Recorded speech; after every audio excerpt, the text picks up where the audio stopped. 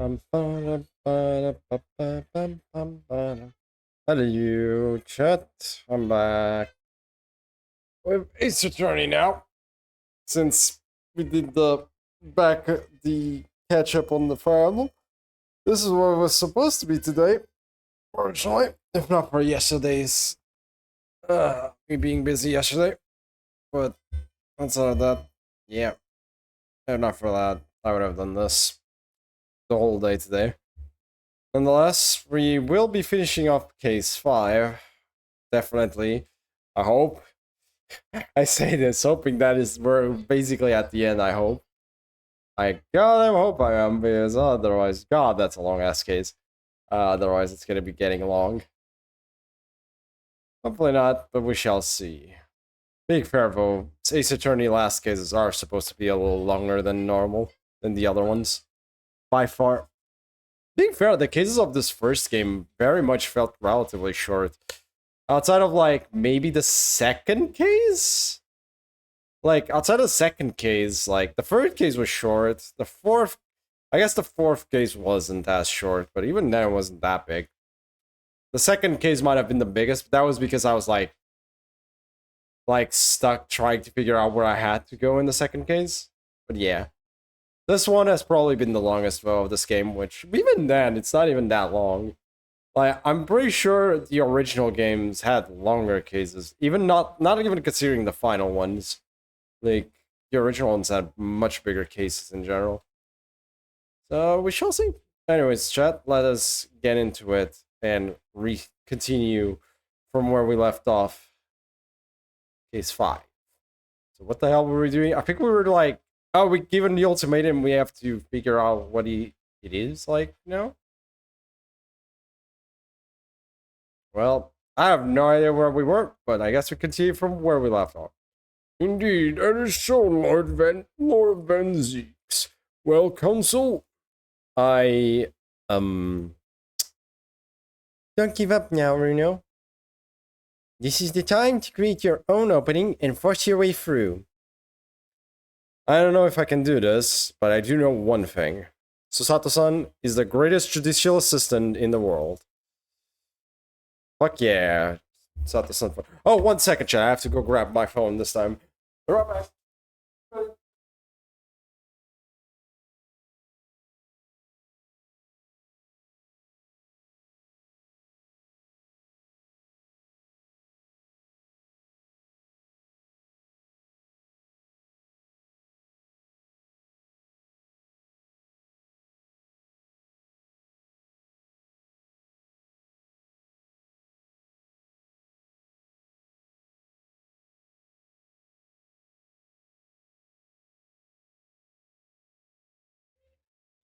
There we go.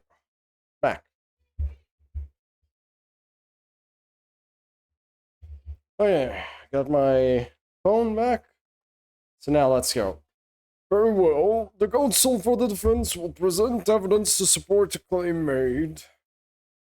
Proof that the peephole in the door of when the bank's storeroom was created after the event and not before.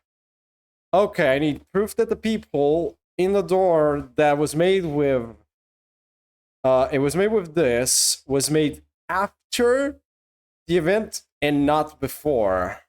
What do we have that could prove that? That doesn't probably help. It was positively mixed 2 days before the black overcoat. The dragon we discovered logged in Mr. Shump's pouch. It caused one of the files to explode. Was running around the waist of the time of the shooting. One of the glass files smashing. There are scorch marks around it. What could prove that? That's the real question.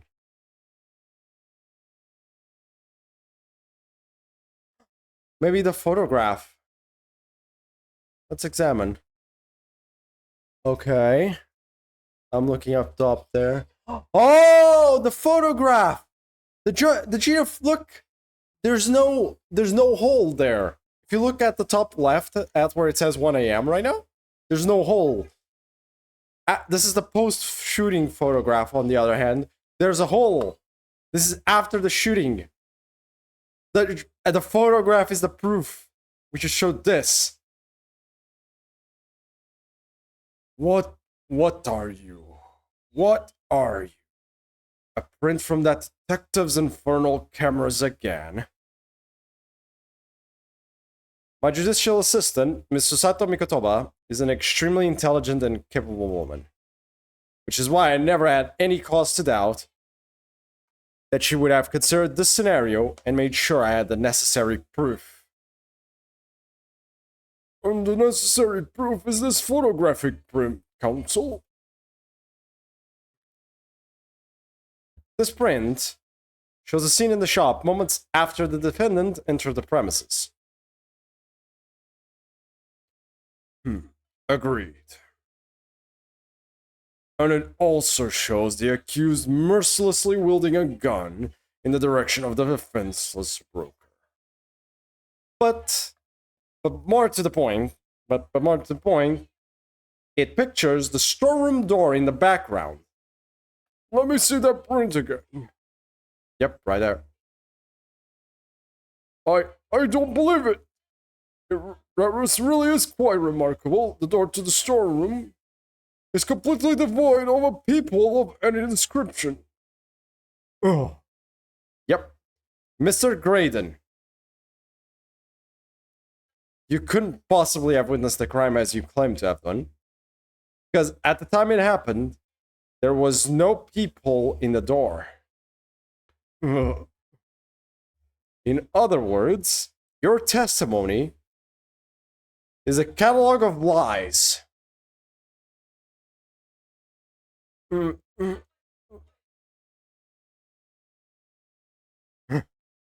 Finally, this Jojo goddamn douchebag finally reacts. Order! Order! Order! I'm satisfied that the defense has substantiated its claim beyond any all reasonable doubt.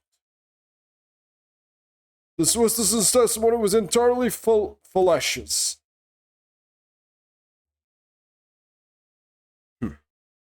That's not the only thing we now know beyond all reasonable doubt.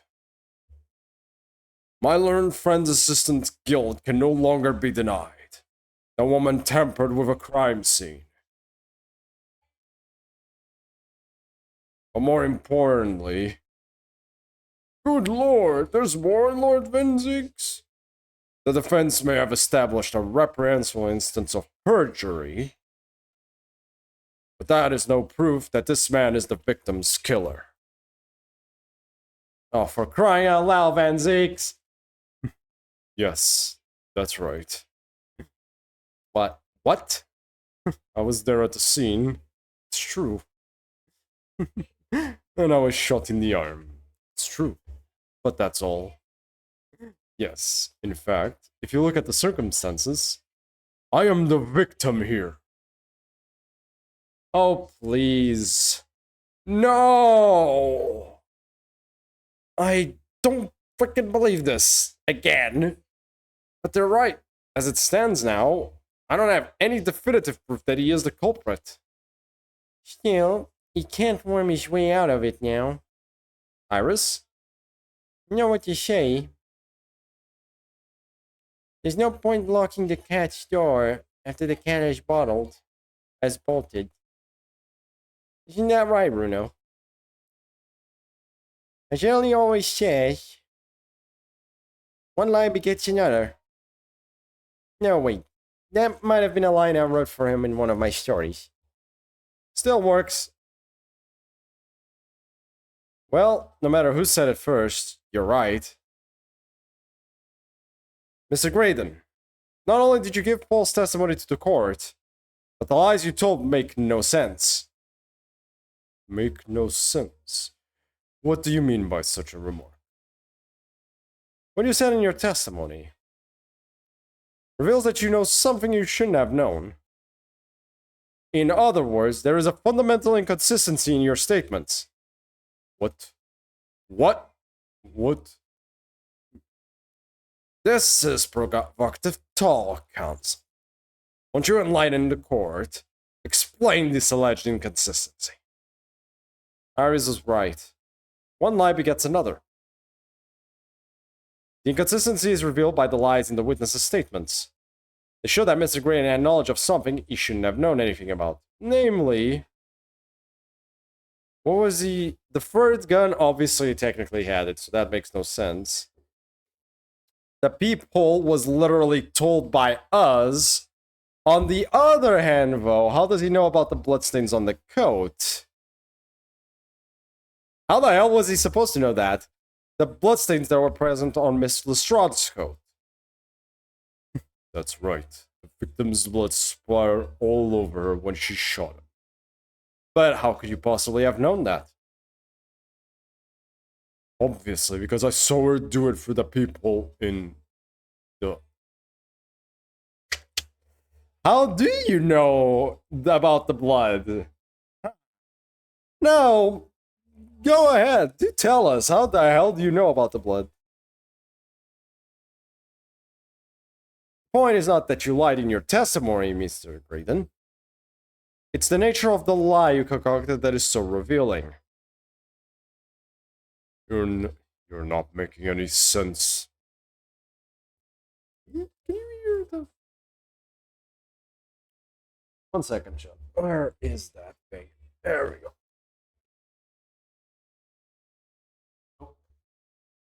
There we go. Good. Background noise there. Then let me ask you a simple question. How is it, Mr. Grayden, that you knew of the existence of the peephole in the storeroom door? What? What? Well, obviously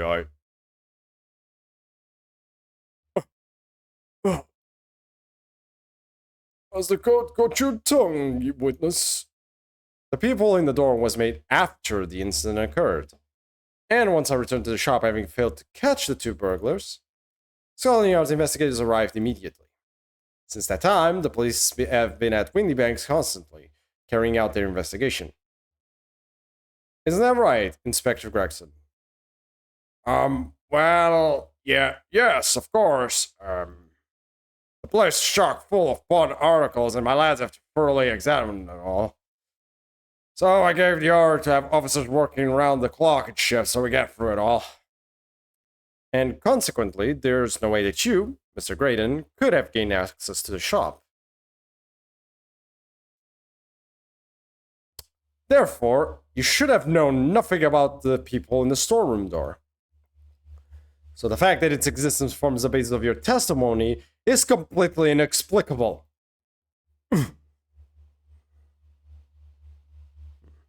And yet, the fact remains that Mr. Grayden did maintain that he witnessed the crime take place through the peephole in the door. How on earth is that possible? Who's that? Could I have a word, please, Lord Van Jigs? Speak, Inspector. It's just that I really ought to be getting back to station now to put in my report. There's really nothing more I can add to this testimony, so if it's all the same to you... Permission denied. Oh.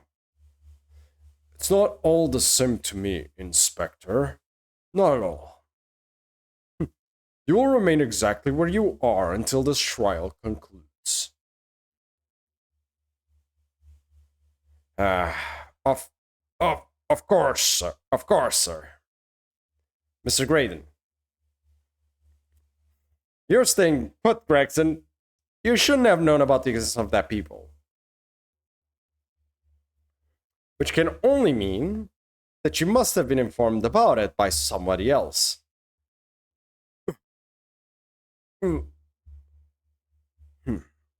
Stop there, my learned friend. You realize, I trust, that the words you just uttered have extremely serious implications. Yes, but the defense believes that the details about the case that Mr. Grayden claims to have seen must have been revealed to him by a certain person before his testimony. And, in fact, considering a particular clue we have, there's really only one person that could be. Who is this person in question, counsel? Who gave this witness details of the crime scene to facilitate his false testimony? I mean, remember when they were doing the discussion? Hey, Gregson. Buddy, yeah, shouldn't have done that whole deal you were doing with him, Gregson. The truth is, it can only have been you, Inspector Gregson. Me? You had better have some proof to substantiate such a rash claim, my learned friend. Consider the fact that we have only been aware of Mr. Ashley Graydon's identity for the last few hours.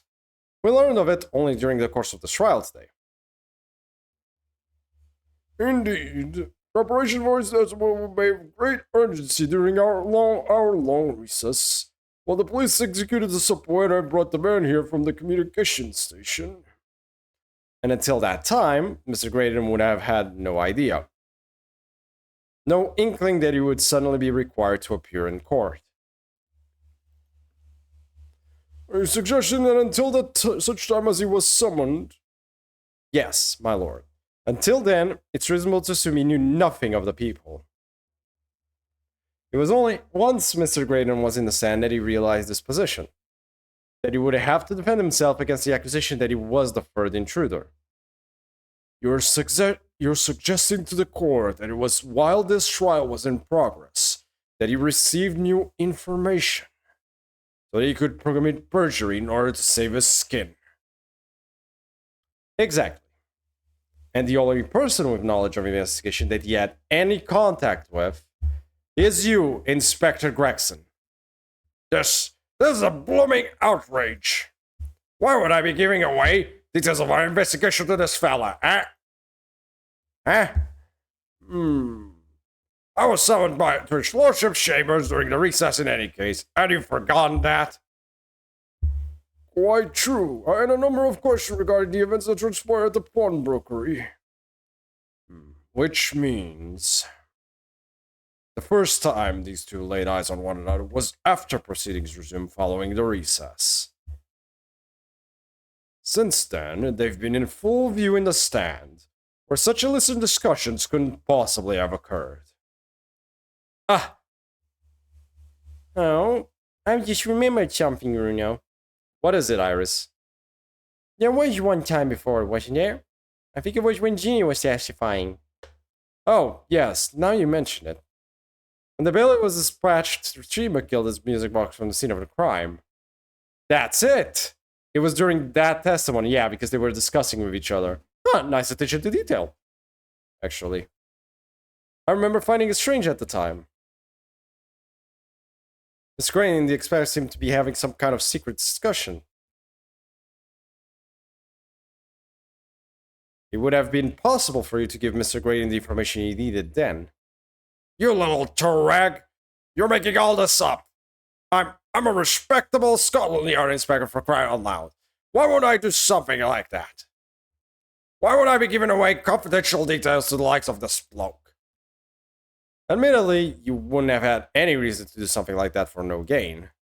But perhaps it was part of a deal of some kind. Then it started to make more sense. What deal, counsel? I wonder if perhaps, in exchange for details about the people at the crime scene, Mr. Graydon agreed to give a certain something to the inspector.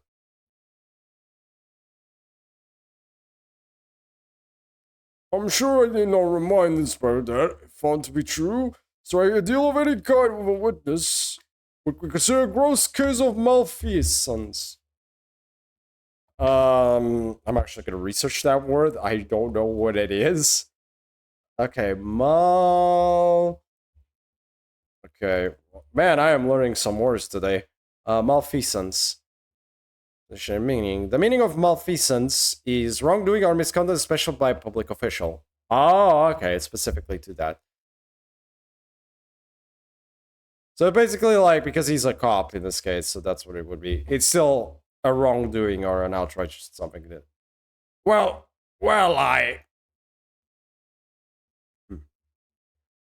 It's becoming clear that jumping in with accusations is this Nipponese student's specialty.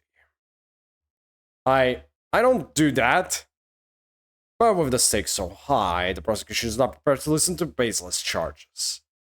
It is incumbent on the defense now to present evidence in support of this diabolical claim.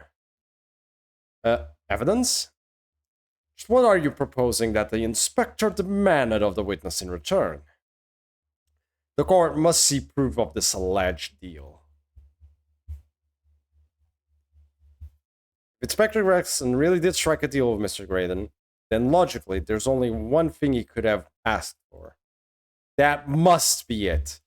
Okay, before I do get further, I think I know what it is. It has to be this music box disc. Either that or the small music box itself. Do you think it could be...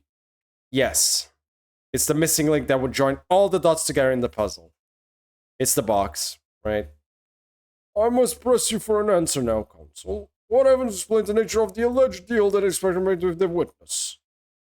It's either this or this. I'm going to the music box. Yeah, it's the music box. Inspector Gregson. Besides this murder, is it not true that you've been working on another very important case? What are you getting at now, Sunshine? Is it possible that this other top secret case is what's alluded to in this newspaper article here? The classified secrets being leaked overseas from the Ministry of Justice. How out of blame, Nora, could you... We discovered, during the course of this trial, the music box deposited at Windy Banks by Magnus McGill. Special music box designed to play 2 discs at once. Oh, shit. It would seem very likely now that encoded on the pair of discs that were in McGilded's possession are the leaked classified secrets. So I put it to you, Inspector, that in order to recover the second of the discs containing those secrets, you covertly made a deal with Mr. Graydon, in which you exchanged the disc for details of the case. And there goes my... God damn it, one sec, chat.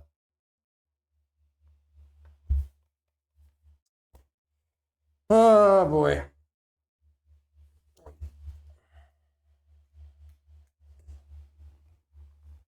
Okay, we're back. My camera's still working, we're good. For the details of the case, you little...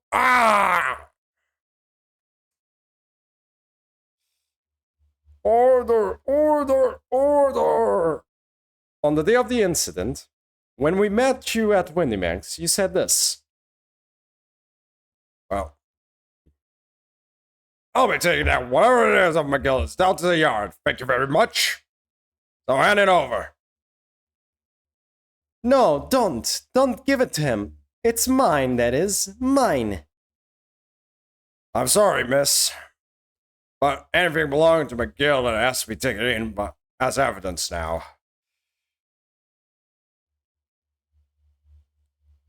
Scotland Yard already knew at that time, isn't that right? That Magnus McGill was involved in the stealing of government secrets. My orders were... recover the medium used to convey the secrets leaked from the ministry. And do it on the QT. Strictly hush-hush. And that explains why. When I presented this disc as evidence to the court, you objected so heavily, I presume.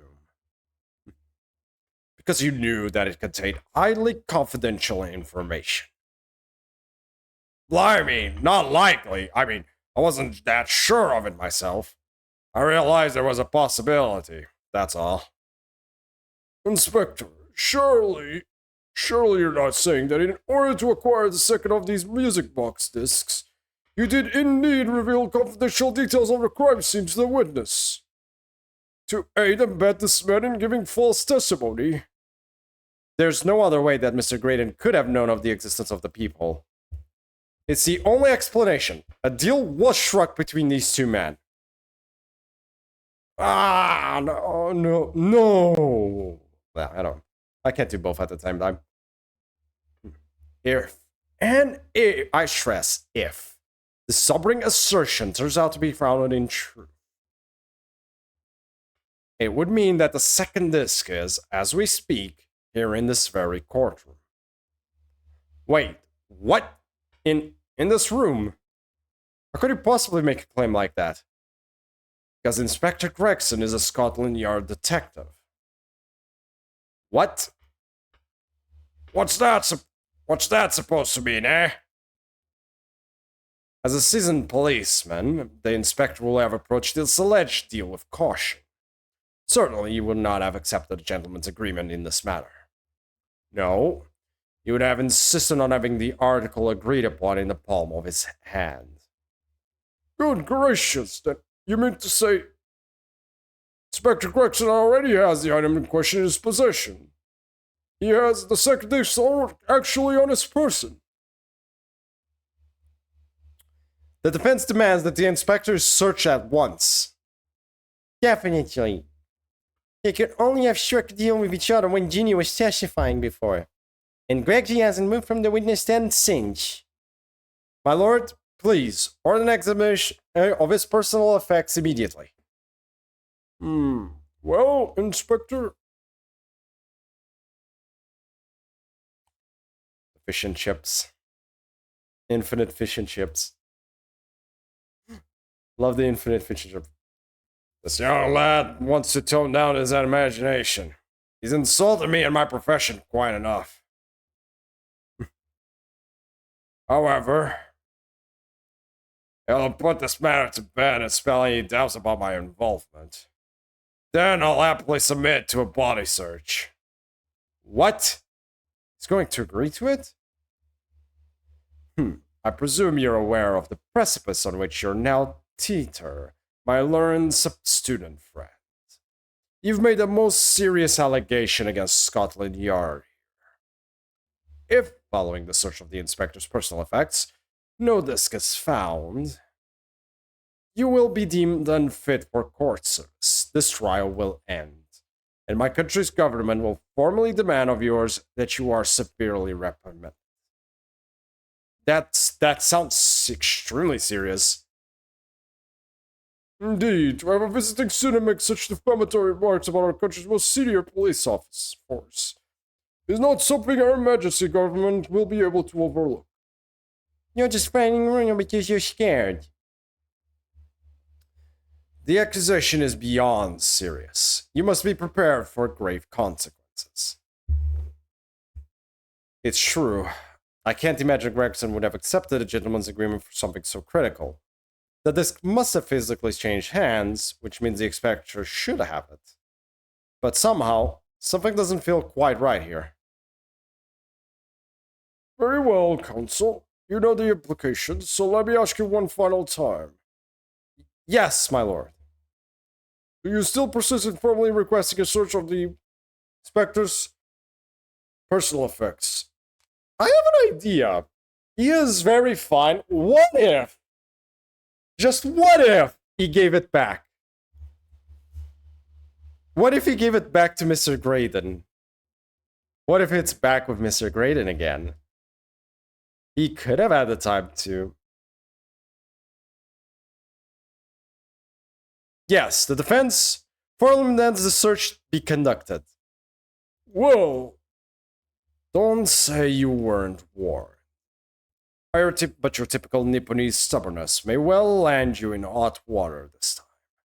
Perhaps the lesson will do you some good. Fair enough. I've got nothing to hide.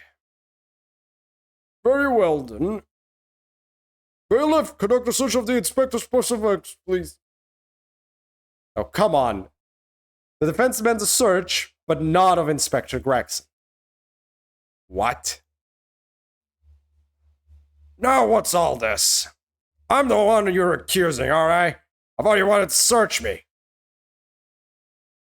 Oh, no, Inspector. Not you. Somebody else.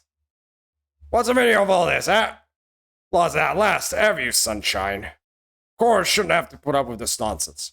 You're being completely irrational. Be quiet, all of you. I don't know who's saying that. Be quiet, all of you. Be quiet, all of you. Who's doing what you all told him to do and having the courage of his convictions.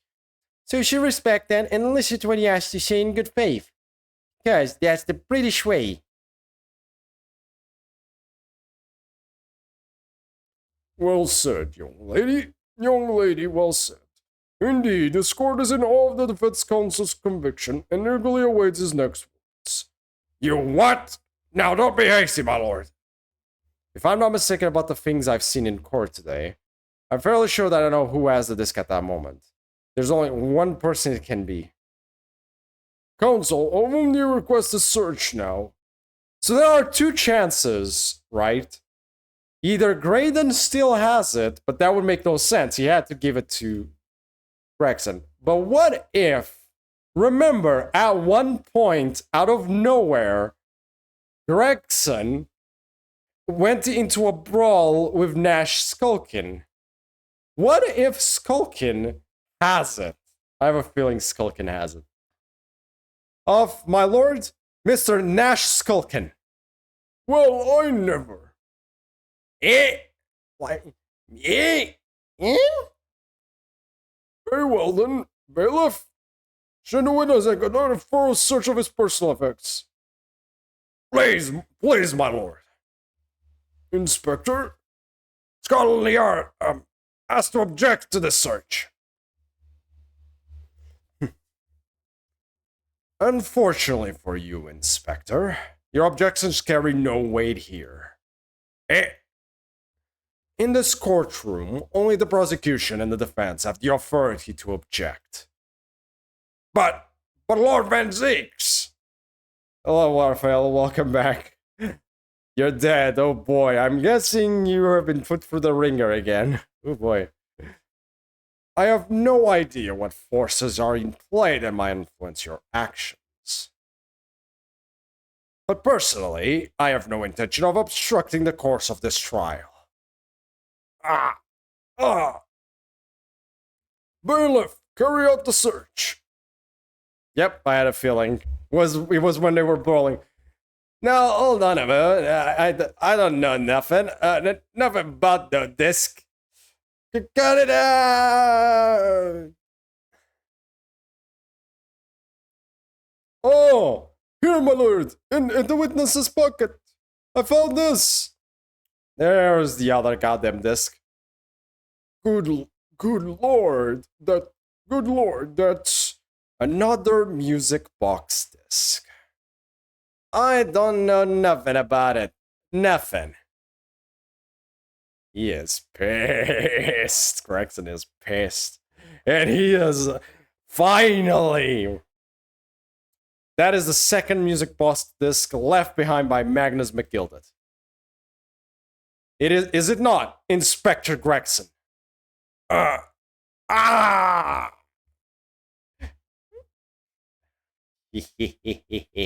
Order! Mr. Skulkin, what have you to say for yourself? Gordon Bennett, I mean, just that. Gordon Flamin' Bennett. I swear I didn't know nothing about that disc. Honest to God. Counsel, would you please explain what exactly is going on here? The alleged deal that was struck was between his witness and this detective, no? Without question, my lord. Then, for pity's sake, why on earth was this man in possession of the disc that the inspector traded for information? Inspector Gregson is a shrewd, calculating man who rarely loses his composure. But at one particular point in this trial, he exhibited some unusual behavior for a brief moment. I don't recall. What unusual behavior? It was, yes, during my cross-examination of Mr. Graydon, where he just was pissed off like crazy. Tell me, Mr. Graydon, when you left the pawnbrokery that night, was it by any chance with the second disc in your jacket pocket? I admit to nothing of the sort. Yeah, at this point, Gregson was like that. While Mr. Graydon answered my questions, the inspector appeared to have grabbed Nash Skulkin by his coat and was shaking him violently. Yep. Yeah, it did and all. Thought me knowing was gonna fall clean off, I did. I was wishing I'd been born as me brother, I was. And what exactly happened to make the detective attack you like that? I ain't got no clue. He just suddenly turned and grabbed me whistle like that and started shaking me. Why the blazes didn't you mention the third gun when we got you down the station? That's what he said. Yelled right down my ear hole, he did. Yeah, it's still throbbing now. The way the detective behaved, that was extremely out of character. But looking back now, it must have been that he did it. That was the opportunity Inspector Gregson created for himself in order to hide the disc. Well, bless my wig. He hid it? You. Yep. But I'm afraid I failed to comprehend the motive here. The detective that acquired the disc he was after, why on earth would he then proceed to hide it in another man's pocket? This is a court of law. He could have submitted the item as evidence. It would appear, my lord, that the inspector was not at liberty to do that. Why ever not? As the man himself revealed earlier, his current assignment has some special conditions. My orders were recover the medium used to convey the secrets leaked from the ministry, and do it on the QT. Strictly hush-hush. I don't know what QT means in this case, but... Hush-hush, a top-secret assignment, is it? As far as we're aware, the information stolen comes from confidential government communications. It would seem that if that information were to be revealed in court as evidence, it would be problematic. Does that sum up the situation, Inspector? Yep. I'm operating under direct orders from the ministry. I'm afraid I'm not at liberty to answer that question. So, realizing there was a chance that you may be searched here in court, you took steps to hide the disc you had acquired from the witness.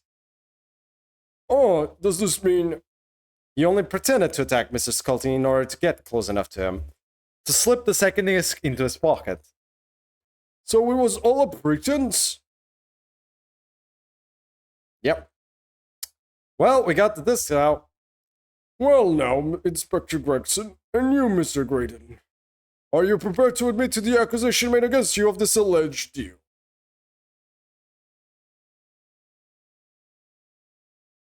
Oh, God fucking damn it. How? Admit to it. Yours truly. Please. Mr. Graydon. Clearly our recent visitor has an uncommonly active imagination. However, there's no proof that I passed that disc to the inspector. But then, how do you explain the reason why you knew about the people? I'm under no obligation to explain. What? Yes, I lied in my testimony, that I admit, so sentence me accordingly. That is all I admit. Murder, leaking government secrets, striking a deal with a detective. All of it is this young Eastern man's fancy. I have no idea what any of that is about. You... What? Oh, come on! How much bullshit can he deny and get away with? Well, what about you then, Inspector Gregson? Do you admit to making a deal with Mr. Graydon in order to acquire the disc? Ladies and gents of the jury, as Scotland Yard Inspector, I will declare this and nothing more. I am acting in the best interest of the country. Whatever I've done, it's been in the name of justice. So, as members of the public of this fine country, I'd like to think that justice will be your guiding light when we're making your decisions. Oh my God! That is quite a quandary indeed.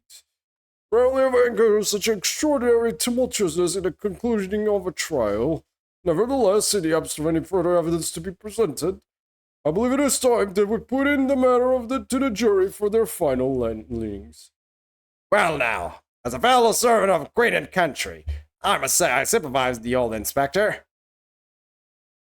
Yes, is that dependable, my man? I'm quite sure. In service, one becomes a good judge of character. Even crossing your eyes doesn't help when it comes to looking at this case. It's all blurred to me. Well, as a fellow professional, I'd like to put my faith in the detective, really. Brennan is highly skilled operator. Stop! Currently present on vital. Stop! God damn it. Detective is very much trusted in his eyes. More than this, I could not say. I don't believe it! These 6 jurors are... They're going to believe Gregson to declare the decisions now. Is he going to be found guilty? If I don't manage to produce some definitive evidence right now, then we're going to lose. Either some proof that Graydon killed Mr. Windyback or stole those government secrets, or some evidence to force Gregson into admitting that he struck a deal with the witness. I have an idea. We have no way to actually prove one thing. Think of it like this. We now have the second disc, right? We have absolutely 0 ways of proving that, Graydon has killed Windybank. However, we have both the discs now, and we have the music box with us. What if we play that? Again, remember, Grayson does not want that to be passed on or to be heard in the court of law, the leaked secrets. So if we present the music box and, try to play the discs, maybe we might be able to win? Well then, counsel, I think it's time I imposed on the jurors to declare final decisions, no? That is, unless you have some compelling evidence you have thus far not presented to the court. If I let the judge call on the jurors to announce their leanings, Jill will be found guilty. So there's no choice then, Bruno. You have to show some more evidence at them. This is it now. It all comes down to this. Who do I present evidence against, Gregson or Graydon? Now, that is a good question. Who do I present evidence against? God, I have no idea. I think it has to be right. Like, it has to be Grayson, right? I mean, I don't have not Graydon, Gregson, because realistically, it's like we can't go the other way, right? It's impossible.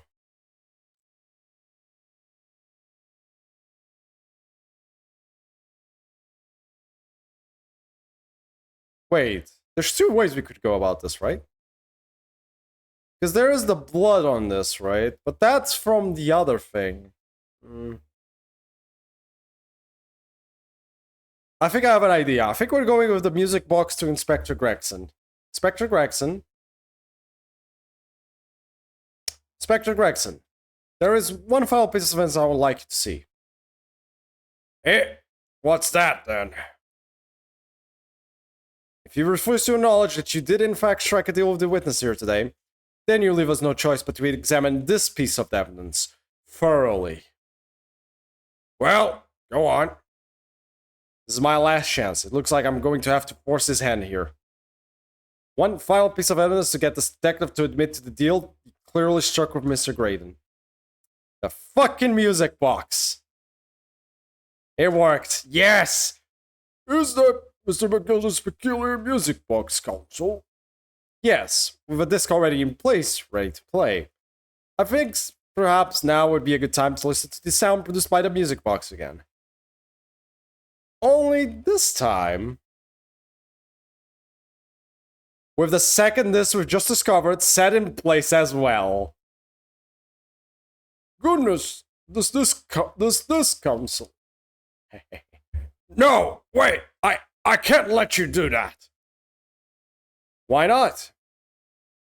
But because, well, because it's got nothing to do with this case. That's why.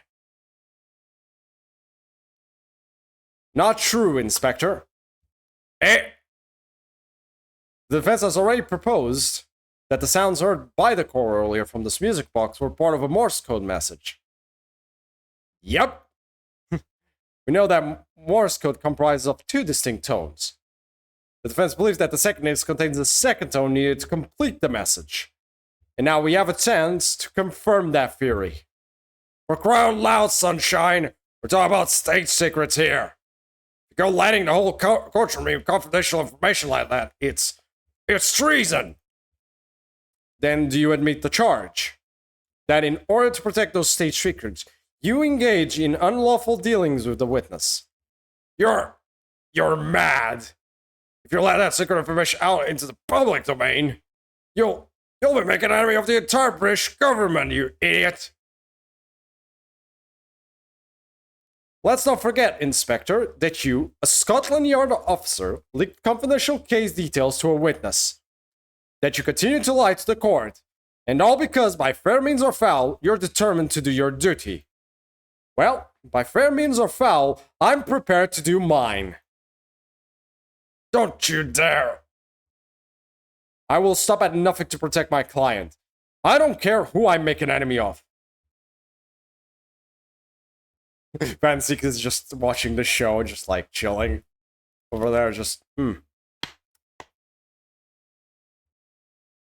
He's just like, Now who has the pop? Hey, he's just going basically. Anyone have the popcorn? Everyone here have the popcorn ready? Because I would like some of that, please. Just starts munching popcorn in the background. My lord, if you please. The court must hear the sounds made by that music box. Come on, Van Zeeks, for Pete's sake, stop him! Oh, the leg! Inspector, you should know my methods by now. I'm a prosecutor. I'm no Scotland Yard puppet. In this courtroom, my duty is to the law. So let me propose a toast. To uncovering the truth, by fair means or foul. Now! Very well, the defense's stance here and that of the prosecution has been made very clear, I feel. Therefore, in accordance with the defense's request, the court will now eat shit, you government pup. Yep. The court will now listen to this music box as this music box is set into operation once more. But this time with both discs. This time with the second disc in place and both discs playing simultaneously. Oh, we got this. Finally. Took long enough, didn't it? Hello, Merlin. Welcome to the stream. I'm doing very good. How about you? It's Morse code. This time we got Morse code. Hold it. Hold it. All right. I admit it. Whatever you want. Shut that blooming box up. He admits it. We got him, chat. Gregson has admitted to making a shady deal with Graydon. Finally. I am happy but conflicted. Oh? What happened, my man? Why are you conflicted?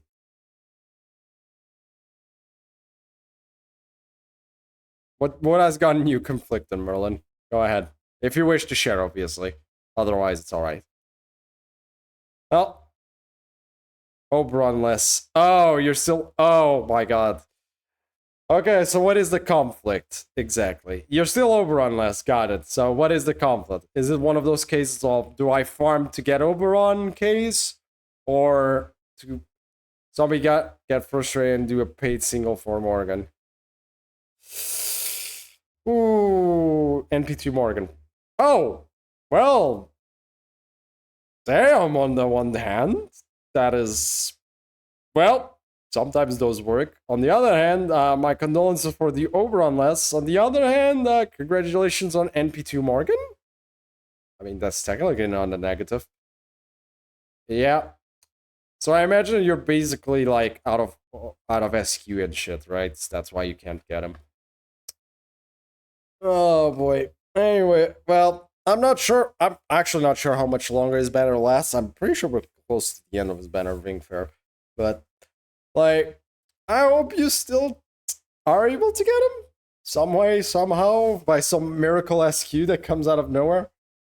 But I do hope you get him. It's like 3 days. Okay, so you have 3 more days of farming, buddy.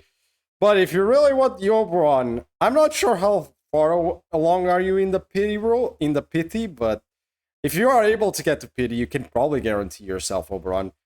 Obviously, the negative is that you're not summoning the summer event for the summer event this year, probably.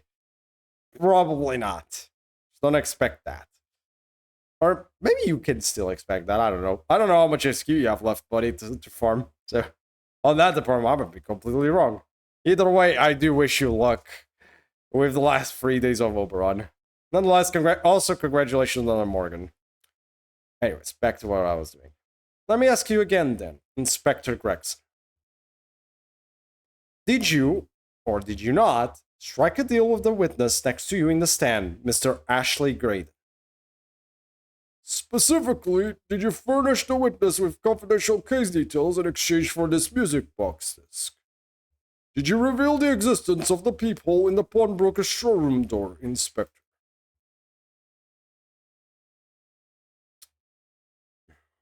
I did. Stop. Stop. What are you doing, man? It's all exactly like the young Eastern lawyer said. When the trial resumed after recess, and we were stood here in the stand together. That's when he approached me with the deal. Shut up, you imbecile. Shut up! Psst, you there. I'll most likely skip some if I don't get over. I'll just pray for him on the New York GSSR. Like, it's not like I need him, it's just, you know, as a gacha player, it would be nice to have. Yeah, no, I know what you mean. It's like, he's a very nice, extremely, ridiculously nice commodity, so to speak. But you already got the Koyan Sky, I'm pretty sure, right? So you should be fine nonetheless. Like, you just can't, like, and you have Morgan Le Fay anyways, so you should be okay. Like, Morgan Le Fay will probably just carry you through a lot of stuff. Now, basically, if you really need it to be that way. But, or you could just have fun with other things anyways. That also is an option. So yeah, that is obviously fair. NP2 Morgan, yeah. NP2 Coin and NP2 Morgan. Yeah, you'll be fine, probably. You'll probably be okay. It's just, if you had Godjuna, you won't be able to do the loops well, but that only applies to Godjuna. Well, you always have a Arash option. You always have the Arash option. That is always there. So, anyways, man, I do wish you luck on the last few tries of Oberon, and hope you get him. If you don't, well, you will always have next time. You have the GSSR of New Year's, and you have another banner for him in 2 years. More like a year and a half now, but still. Nonetheless, there's still going to be another Oberon banner in the future. You there. You're the detective turned up at the pawnbroker the other day, aren't you? I may have something you're looking for, Inspector. With me at this very moment. So how about a trade? I suggest you accept. More information make certain individuals uncomfortable will soon become very public indeed. Save for Sky and Dark after this, so no summer for me. Yeah, okay. That's fair. I'm gonna still try a bit on the summer banner. I don't have a lot of SQ or tickets left, but I still gotta try and see if I can get the Kana's Rider. I hope I could get Kana's Rider. If I don't get Kana's Rider, well, shit. I'm gonna try, but we shall see how that will go. I couldn't let that information become public knowledge, not under any circumstances. Yeah. So I accepted the man's proposal and told him details about the case that should have put him in the clear. The people in the storeroom door and the bloodstains on the overcoat. By giving false testimony, the witness intended to have the defendant wrongly accused of murder. Inspector, you knew that. Yet you still revealed those details to facilitate the witness's perjury. Yep. I did. But then it turned out the people had only been made that night after the incident took place. Scotland Yard wasn't aware of that, if I'm perfectly honest. Well, Mr. Graydon, what do you have to say for yourself? There's nothing and no one left for you to hide behind. You struck the deal with the inspector in order to escape conviction of a very serious crime. Namely this. You are the third intruder who broke into the pawnbrokery on the night in question. And you perpetrated the murder of the proprietor, Mr. Pop Windybank. His name was Pop Windybank? Okay, I knew he was called Windybank, but Pop Windybank? Well, shit.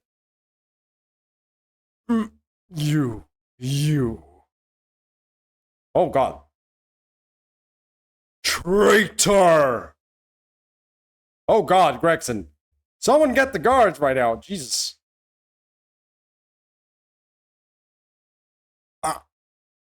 Oh, God.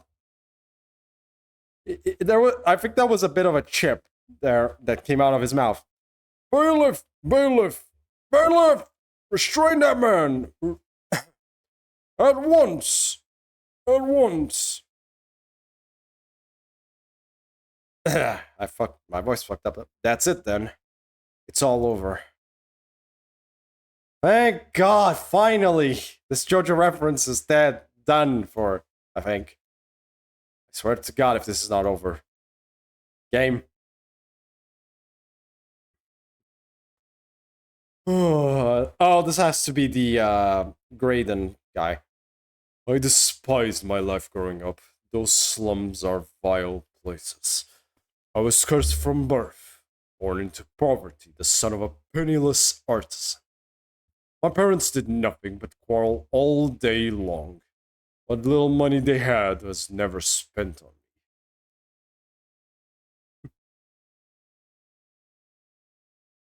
So I set about studying, to better myself, to one day escape from that hellhole.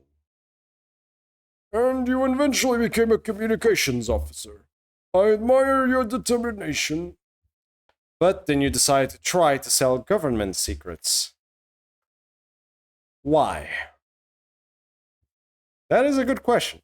Why? Isn't it obvious? Because I wanted money. Even now, years later, the nightmares of my life in the slums wake me in the small hours. I wanted to drown them out with more money than anyone who lived in that squirrel could even imagine. Then one day, I met him. Mr. Magnus McGildet.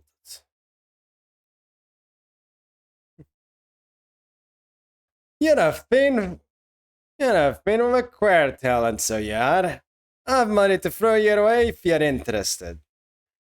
All you need to do is go along with me little plan now.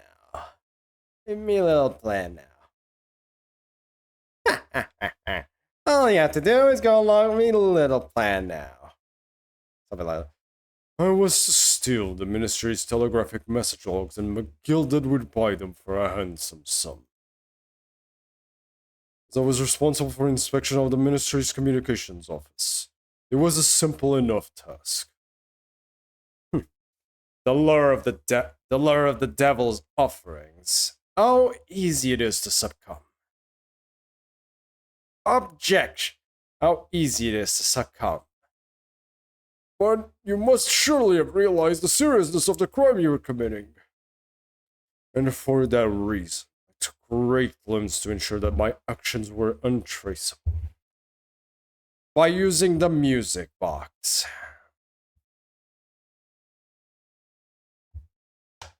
My father was a brickmaker, while my mother divorced him when I was still a child. Yes, Mr. Mason Milverton. That's right. He was very skilled with his hands. He'd only been a music box maker's apprentice. I imagine his skills would be sufficient to create a machine that would generate more skill. So I sought out my father again to employ his services. It was the first time I'd seen him since I left the slums 10 years earlier. Damn. Yeah, look at you, Ashley. What a fine gentleman you've become, huh? He was a different man to the one in my memory. A thin, frail old man. Poverty had never broken him, never corrupted him like it had. I was sure that he wouldn't help me if I told him the real reason. So I made up a story. I've got some work for you, father. I need some music box discs made. Music box discs, eh? A musician friend of mine has written some music he wants to sell to the public. I've brought the score. Oh, oops. That was the other one. I've brought a score with me. There are two, actually. I'd be delighted, son. It's been 20 years since I did any work like this, though. Fetch my tools, but you, they're in the loft. That's how I had made the two discs make. Thereby splitting the information in two. You were taking considerable precautions indeed. It was to protect myself as much as anything. It meant that I could deal with McGilden in two separate transactions. The first involved the first of the two discs and the music box for playing. I exchanged them with Miss McGilden for 10 guineas. Then, on receipt of the second disc, he would pay 1,000 guineas. So, what happened on the omnibus 2 months ago was the second part of a deal, the exchange of the second disc. Yes, I told the man information that way a number of times already, but it seems he became reluctant to part with his money. But that doesn't quite make sense, Mr. Graydon, for why was it that on the omnibus 2 months ago, your father, Mr. Milverton, was the one dealing with Mr. McGilden and not yourself? When I received 1,000 guineas after my first complete dealings with McGilden, 10,000 guineas as Jesus Christ! I decided to give 200 to my father for his troubles.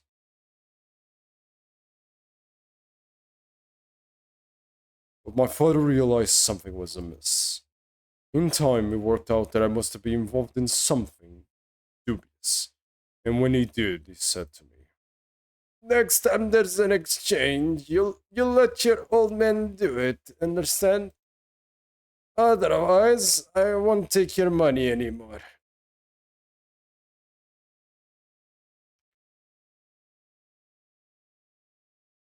That was my father's way of dealing with it, I suppose. Climb into the omnibus, and over the second disc and take the money from McGilden. That's it. He had no idea what was actually on the discs I'd asked him to make. He never knew. Just like I'll never know why everything went so horribly wrong that night. Could it be... All I know is that the disc was taken from him, and he never returned home. Could it be... Remember what he even said? His father never got corrupted. Did he go to McGilden? Oh my god, his father must have gone to McGilden not to deliver the disc, but to try and convince McGilden to stop making his deals with his son.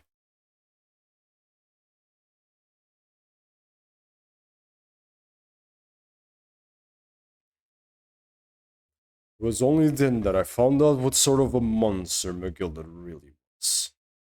So after 10 years of not once uttering it, I swore on my father's name.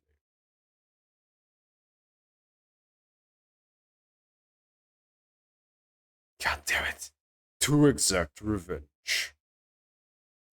Also, god damn you, JoJo fucking walking JoJo reference. Revenge? As anyone with even the remotest knowledge of the man will no doubt be able to imagine, McGill had brought all his wealth and influence to bear in the most despicable of ways. To crush any semblance of justice in his trial. The crime scene was tampered with, evidence was fixed, then witnesses were bribed.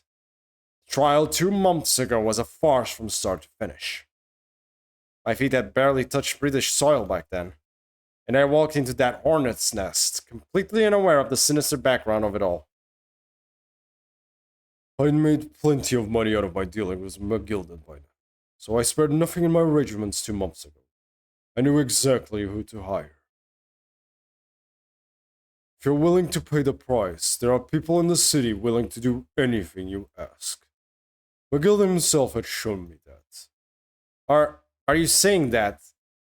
I think you have the picture now. Oh, he led to McGilded's death. After he twisted everything to his favor in the scorcher to ensure that he walked free. I took matters into my own hands and delivered the justice that monster deserved. Based? Kind of?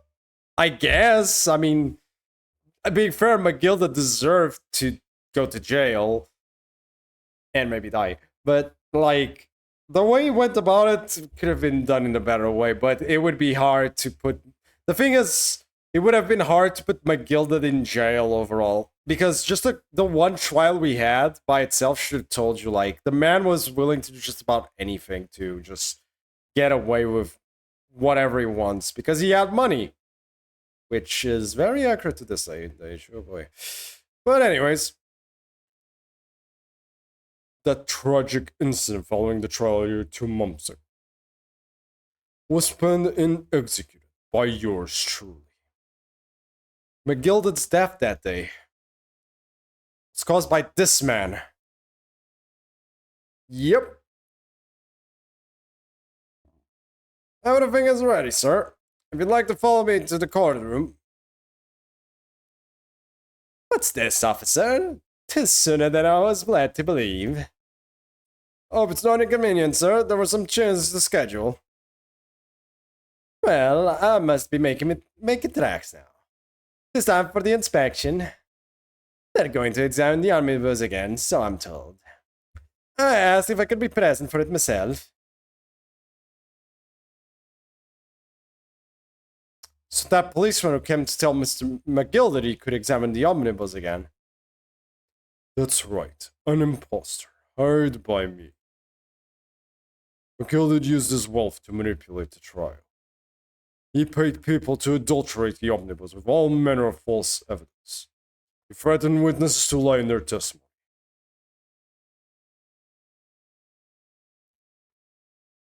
So I gave the man a taste of his own medicine. Once the omnibus was doused in paraffin, one of my sham policemen ushered McGilded inside and sent him on a one-way journey to hell.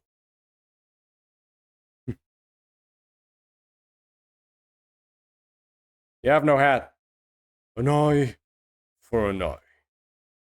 That's how I avenged my father's death. A spine-chilling account indeed. But that wasn't the end of it for me. There was a loose end, you see. A loose end? Yes, I should think it's obvious. The second disc, which my father had taken to exchange with McGill. Right, because that would basically prove that he had been selling confidential secrets, meaning he would go to jail for probably an even worse crime. Okay. Though now he's basically going to jail for 2 murders, basically. 2 murders and the leaking of confidential secrets, which, by the time period we are in, knowing that this is like basically Victorian London, there's an extremely high chance it's the death penalty. Yeah, this is probably the death penalty for him. Very high chances of that one. There was indeed a mention of it in the man's trial 2 months ago. Only because it had been removed from the scene of the crime. When I realized it was missing, I remembered something. Something from the first time I've dealt with McGill.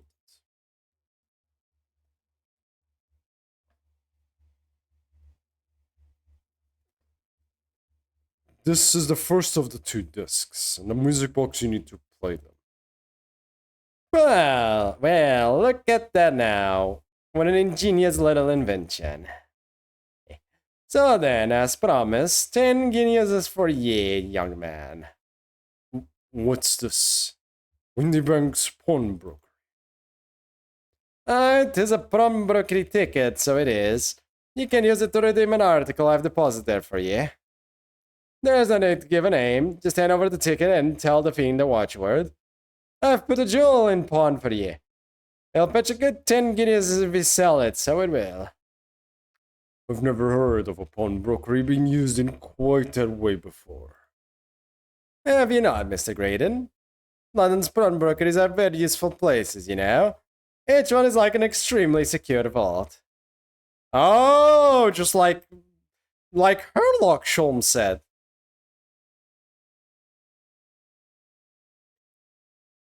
He knew. So I knew that if he'd taken steps to hide the disc, it would be in that pawnbrokery somewhere.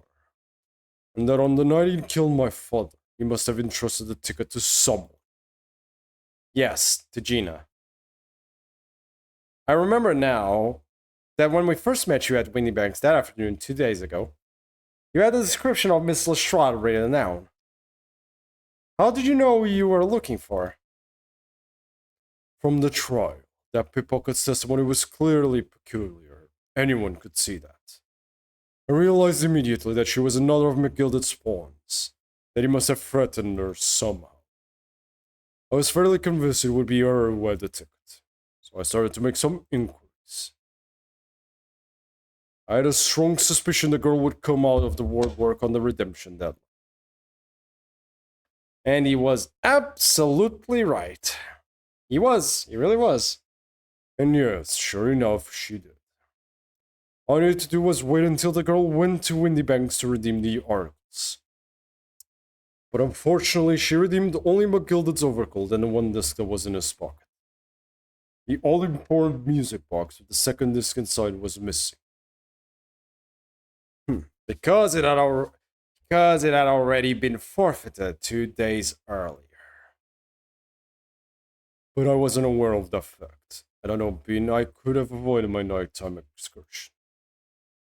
Meanwhile, as our investigation of the stolen government secrets was progressing, we'd pick up on the fact that McGill was involved.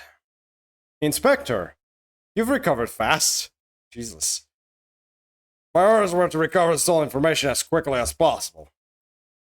So we started gathering the fellas' possession and examining whatever we could lay our hands on. We had a full-scale investigation going on at the yard, but we had to keep it as quiet as we could. Then, when the inspector took the disc from me in the pawnbrokery that day, I became nervous. I was sure the music box and the 2nd disc were still there in the shop somewhere. So I knew that it was a race against time. I had to find those articles before the police did. So that's what prompted you to break into the place that same night. With the help of your old friends, the Skulkin brothers. What happened that night in the pawnbrokery? I can only describe as a nightmare. While Nash and Ringer were searching the counter, I'd located the music box I'd sold to McGilded on the shelves of forfeited articles.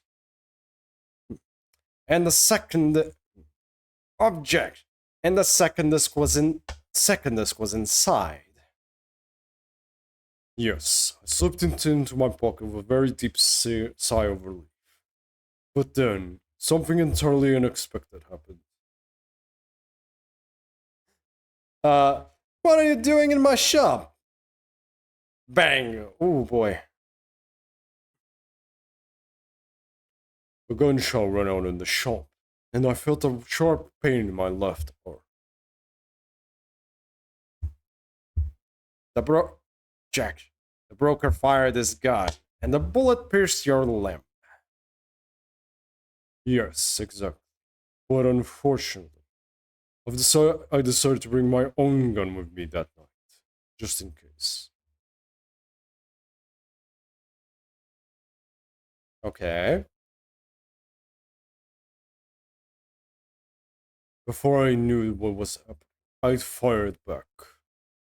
The man had already turned to flee. I had intended to fire in this direction, much less kill him. But unfortunately for both of us, the bullet hit home. Struck him in the middle of his back as he fled through the storeroom door to rightful refuge. Sorry tale. So it was kind of reflex. He basically shot on reflex. Probably due to pure, like, he got scared, so he shot on reflex. So he didn't want to kill him, but in the process, but he shot on the reflex of, like, the giant scare he got out of it. It all took place in the blink of an eye. I don't imagine Ash and Ringo even realized what had happened at first. I was terrified, so I fled. And that's the whole story. That's everything that happened at Windy Banks on that wretched night. Whew. Well, shit. That's a lot to load out. To unpack. That is a lot. So quiet. God, that is so much to unpack. That is, I feel a little bad for him, I'm not gonna deny, but at the same time, not too much because he was kind of a prick. Earlier, you called McGilded a monster. A man who used his wealth and influence to distort the facts and escape justice for the crime of murder. What tragic irony. For what you have done is exactly the same. Yep. That's why I don't feel too bad about it either. Kind of hypocritical of us. You've become the very monster you saw and despise so deeply in McGill. Yes, I think I have. He basically became what he hated the most.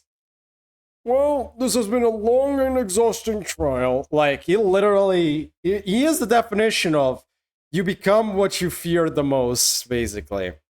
Because technically, what he was afraid the most of was of McGilded in general.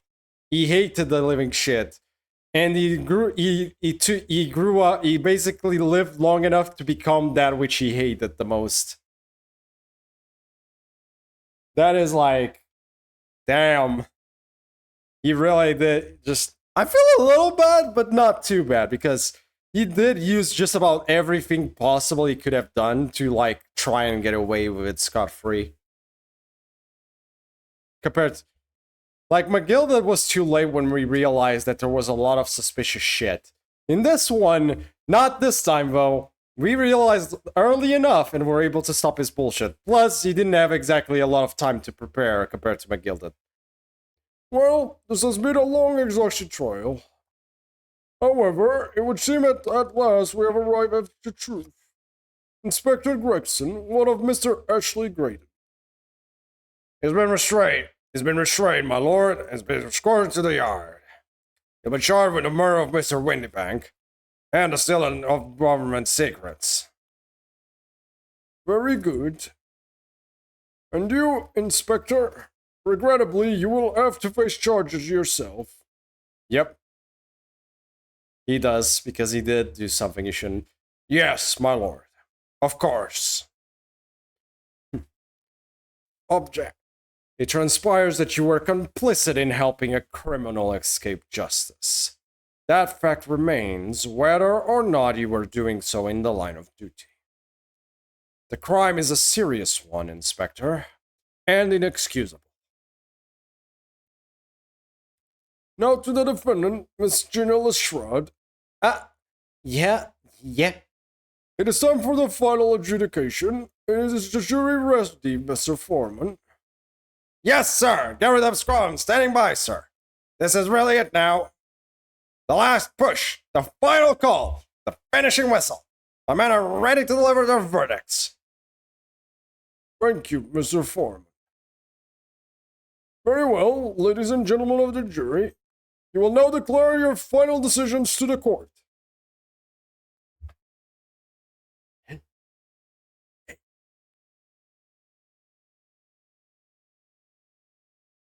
Woo!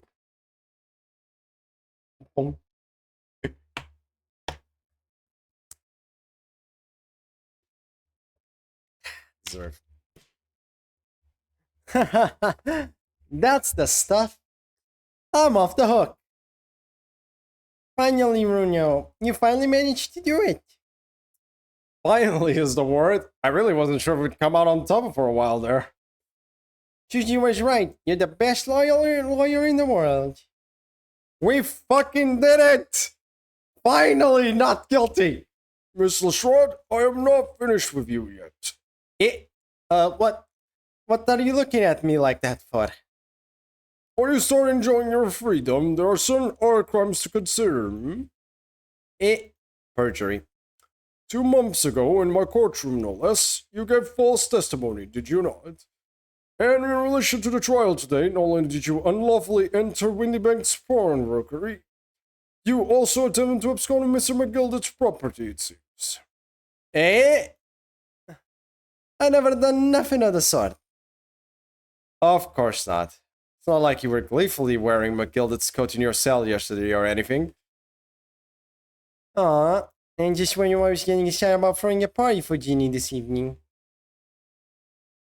And turning our attention to the defense, determining that when played together, the music box disc contained a message in Morse code was, well, it was certainly a most unexpected revelation, counsel. Quite so, my lord. The prosecution was caught entirely off guard. In fact, I think we should applaud my learned friend's courage here today. I propose a toast to demanding that government secrets be disseminated before the entire courtroom. Shit. Very sorry about that. It was the only way that I could get Inspector Grex to admit what he'd done, so if I may say something on that point. Who is this? Isn't that... It's, about the sounds produced by the music box before. I do wonder if that was really Morse code at all. What? What are you saying, madame? Oh, well, it's just that I'm really rather fanatical when it comes to Morse code, you see. So much so that the whole world seems to be covered in dots and dashes to me, in fact. Like, her little... Like, if you notice on her glasses, she even has, like, stripes on it. Goodness, madame, an unlovely level of obsession one feels. But I must say that, in my opinion, the sound produced by those 2 discs are nothing more than that. A meaningless series of 2 different tones. What? What? Can that really be? It wasn't Morse code after all? Oh. My lord, the defense would like to listen to the music box again. Are you out of your nut? How many times do I have to tell you those discs contain ministerial secrets, sunshine? This courtroom is not an appropriate forum to discuss the nature of the government communications. Object. We know McGilded's conspired to trade national secrets with our enemies. Secrets acquired from Mr. Graydon. Now that the man has admitted to his crimes, we have no need to pursue the matter further. Shit. It's really going to bother me. Wait! We have a copy! We have a copy! Miss Lestrade. Yeah, my lord? That which you have seen today in this courtroom has been extremely disturbing. Falsified evidence. Object. Falsified evidence. Intimidation. Perjury. A grim catalog of depravity. An appealing experience to befall any child. Come on, it ain't nothing I don't see most days in the back slums. I beg your pardon? If you're weak, you pay for it. That's just how life goes. Gina. But look, I reckon I've worked something out today. The world ain't fair, but if you want it to change, you've gotta start at home. You gotta change how you are yourself. Well, that's a very laudable lesson, I would say. I eagerly look forward to the born-again Miss Lestrade, but ever gracing my courtroom with her presence again. Hope not, I hope not either. Now, with regard to the murder of Mr. Pop Winnebank, proprietor of a pawnbrokery business on Baker Street, I hereby declare the defendant, Miss Gina Lestrade, not guilty! Rain the confetti! Woo! And the fireworks! I forgot about that. Woo! And the grenade launcher. Wait, no, not the grenade launcher. Oh. Well, that helps. Wait a second. Hey, Iris, what the hell did you install a goddamn firework function in that goddamn grenade launcher? Don't worry, it was in meanwhile. In the middle of the courtroom. It was during the middle of this whole case. What? What the hell did you... Don't worry about it. You better not ask about it. For fuck's sake. That is all. Court is adjourned. Frank.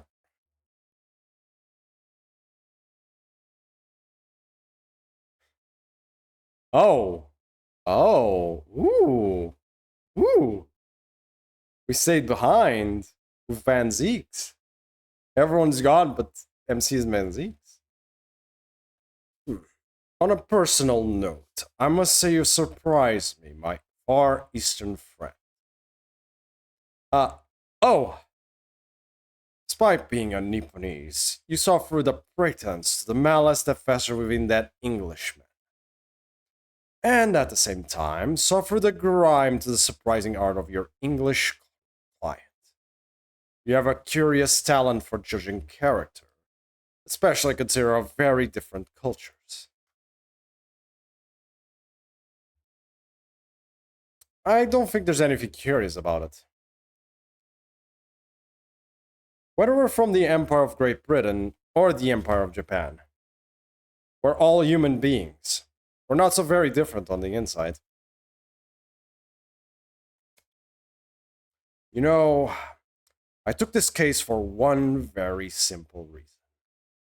To lock swords with you once again, here in the courtroom. You did?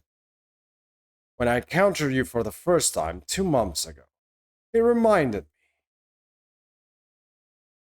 of toasting friendship and trust with another Nipponese, only to find my trust betrayed.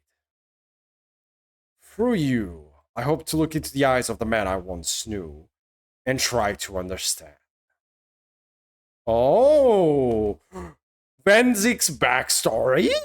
Woo! Woo! That is some juiciness. So there was another Japanese person here that betrayed him in this courtroom? I wonder what happened. Now I'm curious. You mentioned something similar earlier today about total betrayal at the hands of the Japanese. What happened exactly? Well, you may ask. And one day, when the time comes, you will learn the answer, whether you like it or not. You son of a gun. God damn it, don't tease us with goddamn actual backstory for you, one of the cooler character designs in this goddamn game, and then just goddamn do a goddamn fucking see you on the next episode. And on the next episode, learn about my backstory. On the next episode. Fuck off. Alright, then I'll wait for that day, if I must.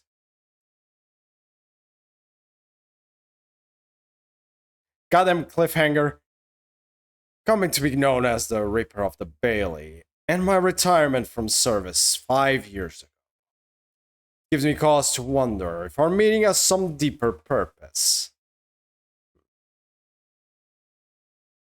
So, farewell, my learned Nipponese fellow, until we meet again.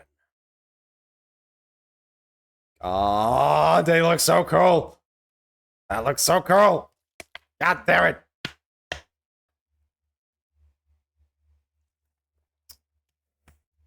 17th April, 5:24 p.m. The Old Bailey Defendant's Antechamber. It's done. It's over at last. Oh, thank God. But where's Iris disappeared to? Ah. Congratulations, Gina. I knew it all along. I knew that you were innocent. Oh. What, are you going to be a tsundere now, girl? Well, you did what you said, Mr. Nara Odo. You believed in me, right up to the end. You're as odd as your name. What's odd about it? I told you I had faith in you, didn't I? No one ever has before, see? Kept a promise, I mean, properly. That's awful. That's pretty awful, actually. I figured something out today. All me life, growing up in the slums, I've never trusted no one, but that's just because I've been scared of being stabbed in the back. I mean, the more you trust someone, the more it hurts when they let you down. That's fair, I guess. Yes, I think I can understand that. After all, I had a taste of it in that trial 2 months ago. I chose to trust someone, and paid for it. That betrayal left a big scar. McGildad? You know, though, Gina, I worked something not quite recently, too. Out something. Trusting in someone else is really an exercise in learning to trust yourself. And when your gut tells you it's the right thing to do, and your trust is rewarded, there's no better feeling in the world. I think I have you to thank for reminding me of that valuable lesson. Oh, well, if you say so. Don't make a fat lot of sense to me, though. I'm trying to say that putting my faith in you, Gina, has been a real pleasure. For crying out loud, pack it in. But I suppose I sort of feel the same way. I mean, sometimes trusting someone else is, alright. Thanks.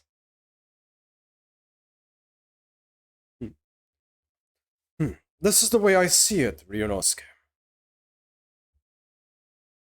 A defense lawyer is only as good as his faith in his client. And that comes down to how much faith he has in himself. After this experience, I'm starting to feel like I understand what you mean, Kazuma. Am I living up to your expectations? Am I turning out to be the lawyer you believed I could be? Maybe. You might. Hopefully, yes. Pardon the interrupt. I don't know who says that. Pardon the interruption? Oh. Pardon the interruption, but what the deuce does a man have to do to be noticed around here, my dear fellow? That voice! It's too late for that voice now, Mr. Naruhodo. I've been standing here patiently in the corner of the room for an eternity. Aha! Yes, it was me all along. I would have said when finally you noticed me. But you people, with your incessant babbling. Mr. Sholmes. Ah, yes, it was me all along. You see? God damn it, Sholmes. Damn it. I'd assume you'd been taken back to the hospital, to be honest. Indeed I was, but I managed to escape again. Oh. I happen to be aware of one of two foibles of the doctor who was tending to me. I merely made my knowledge of them known to the man, and he aptly issued me with a leave of absence. How very above board. But enough of my adventures. That was a fine victory, Mr. Naruto. Your tireless efforts justly rewarded, I feel. Congratulations are in order. As a close friend, I tip my hat to you. Oh, thank you. Huh. Some great detective you are. Great at being cold as ice, maybe. Have I irked you in some way, Miss Lestrade? Well, you've been having a snooze in your nice soft bed. Some of us have been fighting for our lives. Oh, well, that bullet did cause me to lose a substantial amount of blood, it's true. So I have indeed been feeling somewhat cold. Not perhaps as cold as ice, but, well, have a feel. Could you take your hands off my neck, please, Mr. Sholmes? And in some way, I suppose, congratulations are in order for you too, Miss Lestrade. What's that supposed to mean? Why so half-hearted? Well, naturally, it wasn't my intention to alarm you, but an acquittal in a trial with that particular prosecutor is perhaps a little precarious. Well done, Mr. Sholmes. Not alarming in the slightest. Oh, the Reaper, you mean? 'Cause anyone who's found not guilty in the trial he was working on ends up dead anyway. Is that it? The very point I was trying to make. As exemplified by the fate of Mr. McGill, in fact. Ah, but of course, I pay no attention to such irrational driven myself. Yeah, well, it don't bother me. Oh, really? Of course not. The way I see it, the Ripper's a bit like I'm upstairs. Him upstairs. Him upstairs? You mean like God? Yeah, him upstairs knows what's what, right? He knows what people are like on the inside. He won't have to got the wrong end of the stick. There are some cubs like that buck trotter what are rotten to the core. At the end of the day, him upstairs makes sure they got what they deserve. I suppose that's one way of looking at it. That is one way of looking at it, I guess. Divine justice is one thing, though. The Reaper taking matters into his own hands and claiming lives is another. Well, I ain't... well, I ain't like the McGills of this world. So I ain't scared. I got principles, see?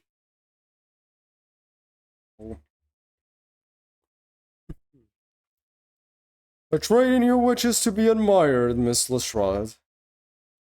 Oi, just give her a rest. Just give her a rest, alright? As I was saying, congratulations are in order. The news of your acquittal were very welcome news to me indeed. Let me express my heartfelt congratulations, Gina. Well, there you are! There you are! Early! How long have you been here? It has to be Iris. Honestly, I went to the Magneto special to meet you there. Ah, Iris, my dear, I do apologize. But wait until I tell you what happened. This pair made other fools of themselves. What happened? As you know, I have a penchant for disguise. I was hiding in this room dressed as a bailiff. But these dolts didn't notice my presence at all. Ha ha ha ha ha! They had no idea. Can you imagine, Iris? Would you credit it? I'm not sure, really. I beg your pardon? I'm sorry, Early, but you just don't have the weighty presence you seem to think you have. In fact, you really ought to be careful about that. It's going to land you in trouble one day. I'll be careful. Ouch! Yeah, like, shot for the heart, and you're too late. You give love a bad name, indeed. Shot for the heart, in this case, words. Anyway, it's such a shame. I was hoping to throw a party for Jeannie tonight, but you won't be able to come, will you? Don't look like I'm gonna be going nowhere for a while. You're the judge's patter. I got stuff to make amends for, apparently. All them offenses. What was it again? Breaking and entering, taking the buck trotter stuff what was in lug, blah blah blah. Yes, I think you'll find that basically being a pickpocket is the main offense. But diving ain't an offense. It's a job, innit? I don't think so. Still, it has got me thinking all this. Maybe I should start looking for another line of work. I mean, you didn't start off as a lawyer, did you, Odo? Well, no, but I was never a pickpocket. Well, anyway, I reckon I could make a change. I'm gonna do something for all them lot like me from the slums. Something that makes a difference for them. That's a wonderful idea, Jeannie, and I'm sure you can do it. Aw. Oh. What is it? Oh, again tearing up. Nothing.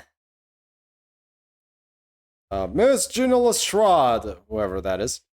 Miss Gina Lestrade, the prison coach has arrived, ma'am. Come with me to the rear gate at once.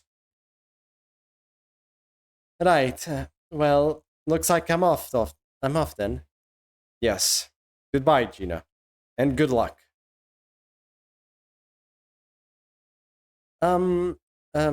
Odo. Yes? Oh no, not the grenade launcher again! No, no, no. Oh, fuck. Ah! What was that for? I don't know. I don't know. I mean, I don't know what to say, so... Oh, indeed. Perhaps the situation calls for a phrase in or foe missing from your vocabulary, Miss Lestrade. On occasions such as this, I would recommend a simple thank you. Oh. Oh, yes. It's good advice, Jeannie. Jesus. Right. I see. Well...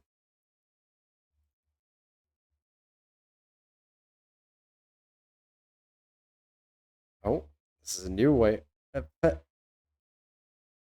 Thanks, Odo. Thanks, Odo.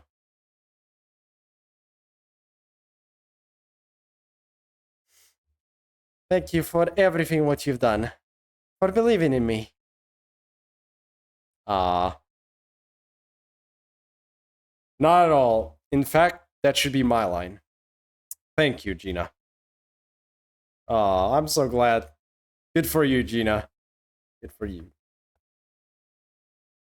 Well, being fair, she's not completely out of the woods yet, but at the same time, at the very least, she kind of trusts people more a bit now. And well, she's not guilty of murder. That is still a positive. She's technically still a pickpocket, and pretty sure she's guilty of perjury at the very least. So, though she was bribed and stuff, so she might get a bit less of a penalty for that, but who knows what she'll have to deal with. Well, there she goes. I wonder if I'll ever see her again. She was threatened, not bribed, it's threatened. Well, quite the indomitable pig purse. Oh, I nearly forgot. I brought a paper outside.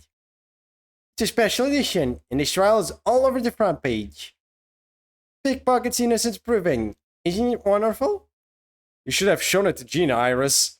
She would have been thrilled. Oh no, how silly of me. But anyway, would you like some of the good news or the bad news? Not again. Well, what do you say, Bruno? Early? As usual, I think I'd rather get the bad news out of the way first. Absolutely not. I have no intention of listening to anything but good news. And yeah, you have it. How people answer that question says a lot about them, doesn't it? Let's not go there. Alright then, maybe let's share the good news this time. Rain has finally stopped. It was a record level of rainfall, apparently. Well, that is good news indeed. We can journey back in greater comfort. Alright then, what's the bad news? Huge storm has left the seas very choppy. The channel in particular is awful, so sailing out of Dover has been delayed by a day or more. Wait, Dover? Susato is still here.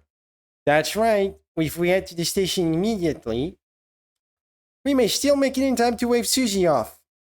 We might still be able to catch Susato. But, there won't be a train, surely? We couldn't be that lucky. Who do you think I am, Mr. Naruhodo? Mr. Sholmes? I rushed to Victoria Station earlier and made arrangements for a special express. If we hurry now, we shall be there in time for dinner. And I know of a fine restaurant that serves the most delicious baked sole. I don't... The great detective does it again! Indeed he does. I happen to be aware of a number of the rail transport director's foibles. What? I merely made my knowledge of them known to the man, and he aptly laid on the locomotive. Elementary. My dear Wilson. Just an idea, but it might be wise to stop manipulating people that way. What are you waiting for then? To London, Victoria. Well, here we go. Do we get a cutscene, or do I have to talk more? I have to talk more. I was like hoping for a bit of a break. Everything failed, 5:32 a.m. Port of Dover Quayside. Oh, there's the boat. That took somewhat longer than I had anticipated. Susie's boat must be about to leave now. Miss Susato, where are you? Oh boy. Oh, well that helps. Over there. Look. It looks like she's reading something. Wonder what she's... Oh. No. Miss Susato. Wait. What are you doing? It's just like... Mr. Naruhodo, what are you doing here? We came as soon as we could after the trial. I mean, we heard that sailings were being delayed due to the bad weather, you see. Oh, I see. Then tell me, how did Gina's trial go? It went well. She was acquitted.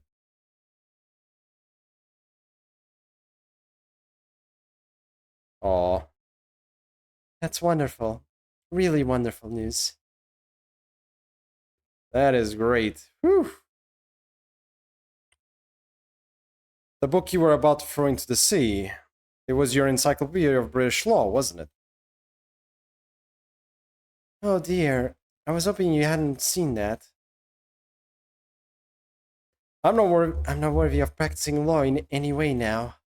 So I was saying my final farewell. You were saying goodbye to law. You, Susato-san. Would I be correct in assuming it's because of the peephole, Miss Susato? Yep. I deliberately altered the scene of a crime, and then I tried to hide the fact. What I did is utterly unforgivable. That reminds me. How did you even come to have this, Suzy? Good question. On the evening of the incident, Mr. Sholmes had invited Gina to dinner, if you remember. Oh yes, we had a wonderful time. Well, Gina gave us a little introductory lesson, didn't she? To the art of pickpocketing, I mean. Oh my god. Oh, that was so much fun. So I stole Bruno's armband. Yes, please don't do that again, Iris. That band's very important to me. Well, if it's so important, you should pay more attention to it. You didn't notice for ages. On a whim, I thought it would be fun to see if I could take the cat flip-o-mat. So I put it up my sleeve. Really? And then I rather forgot about it until I found myself in Mr. Windybank's shop a bit later that night. I see. And then That happened. ah ah ah Mr. Sholmes! Mr. Sholmes! I can't. Leave me, Mr. Naruhodo. Oh, wait, was that Professor Sato? Yeah. Right.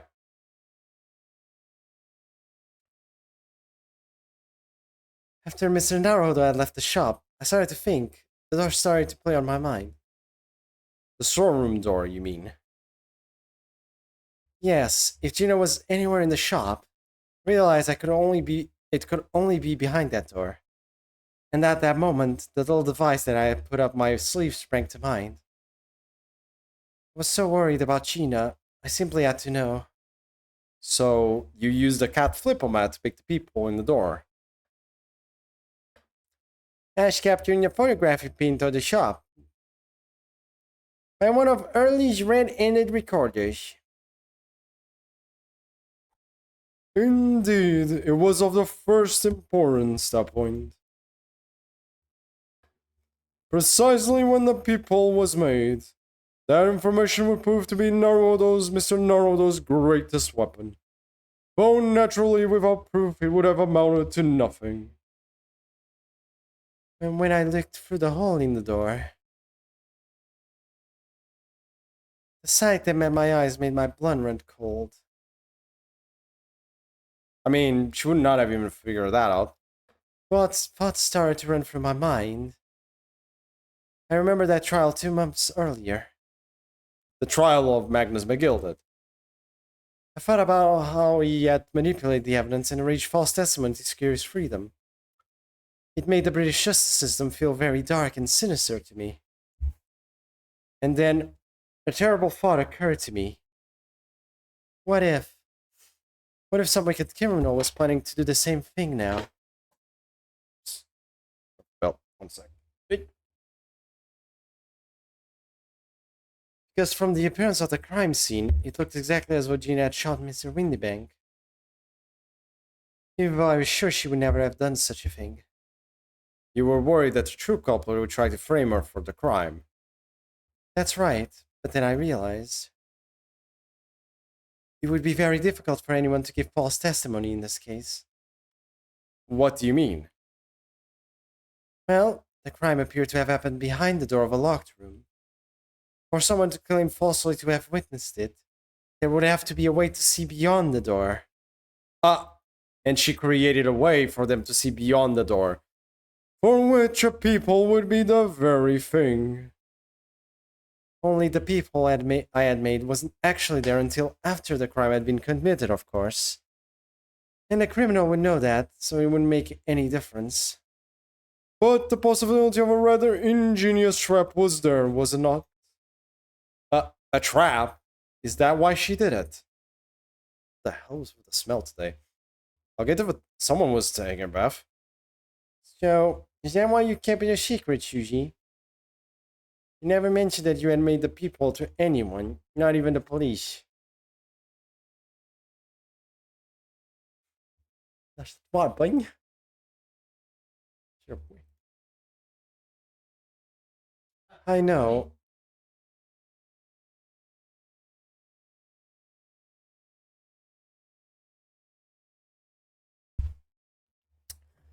I know, and I knew at the time that what I was doing was wrong, a criminal offense even.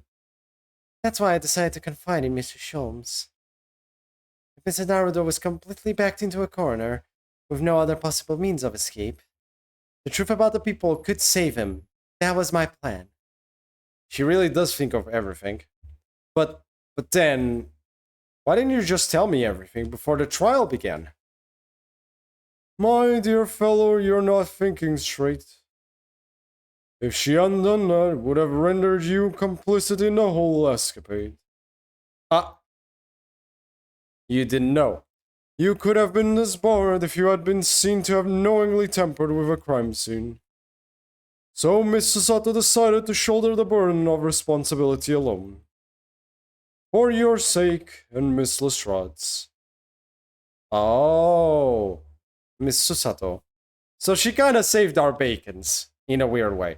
She almost screwed our bacons, but also saved our bacon.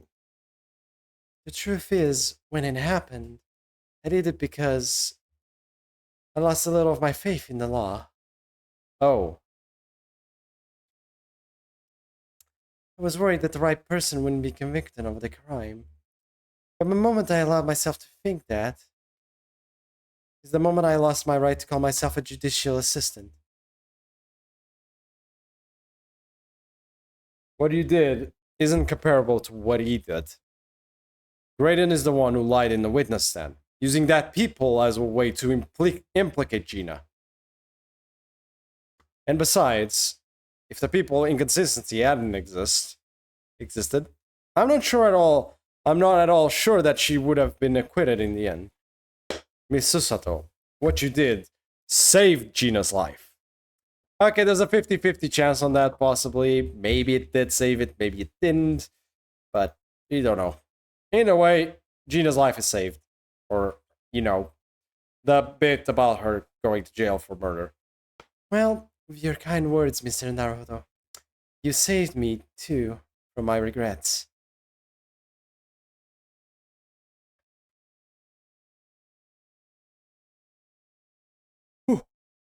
Well, we must all be thankful that Miss Lestrade's freedom has been assured.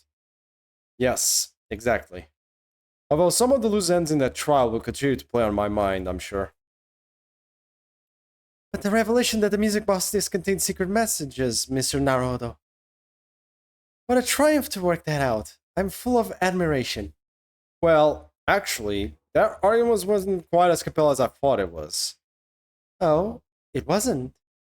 There was a communication officer among the jury members, you see. Telegraph operator. And said that the majority of the sounds on the disc were just meaningless tones. As one would expect, after all, we are talking about a secret government communications. No doubt they were written in cipher to avoid being readily understood should they have been intercepted. In cipher, I see.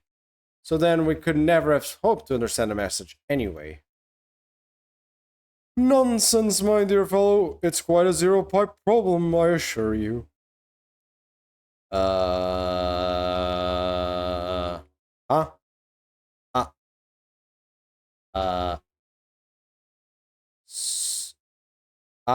Soggy. What? Well, that can't be a real word, can it? How funny. Asogi. Wait! That was the best friend's name, right? Like, is he still in the people thing? He's not. He's the best friend that died. Wait. Iris, what did you just say? Oh, I just said Asogi. Does that one mean something to you? Means something? Asogi was the name of my best friend. What? What? But how? How do you know that name, Iris? I wrote it down during the trial before, when the message was playing on the music box. She transcribed it on the fly? She really is a genius. I thought the message probably wouldn't be written out in plain Morse code, so I tried various ways to interpret it. But whenever I tried, the words just didn't seem to make any sense. That is, in English at least. Oh. They're in Japanese. It suddenly occurred to me, you see. There's more than one Morse code, not just the English variety. Paris currents around the world have altered and added to Morse code and used it in their own languages. I don't believe it. Are you saying... That's right. I've only actually seen a chart of Japanese Morse code once before. But I think it's based on the Iroha pentagram, isn't it? Iroha pentagram? Here I go, research this again. Iroha.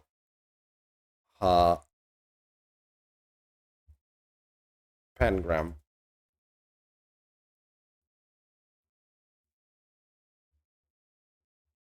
Oh, okay. It is famous because it is a perfect pangram, containing each character of the Japanese syllabary exactly once. Oh, okay. Interesting. Okay, the more I know.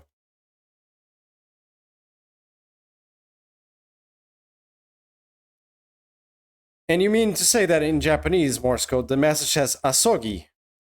Yes, I think so. Sorry, but I don't remember all of the Japanese Morse code. Oh. Harris, would you let me see that? Miss Susato, do you know it? Do you know Japanese Morse code? Yes, I spent some time studying it. Because I'm quite sure Morse code will become ever more important for international communication. Well, not in some years. Then might I recommend, my dear madame, that you focus your efforts on the English version. Be that as it may, Iris, show me the message, please. Iris, show me the message, please. Of course. Wonder what the message is. But what can this possibly mean? Whatever is in that long sequence of supposed meaningless dots and dashes. It's made the color drain from Susato-san's face. Sorry about that, chat. Wait.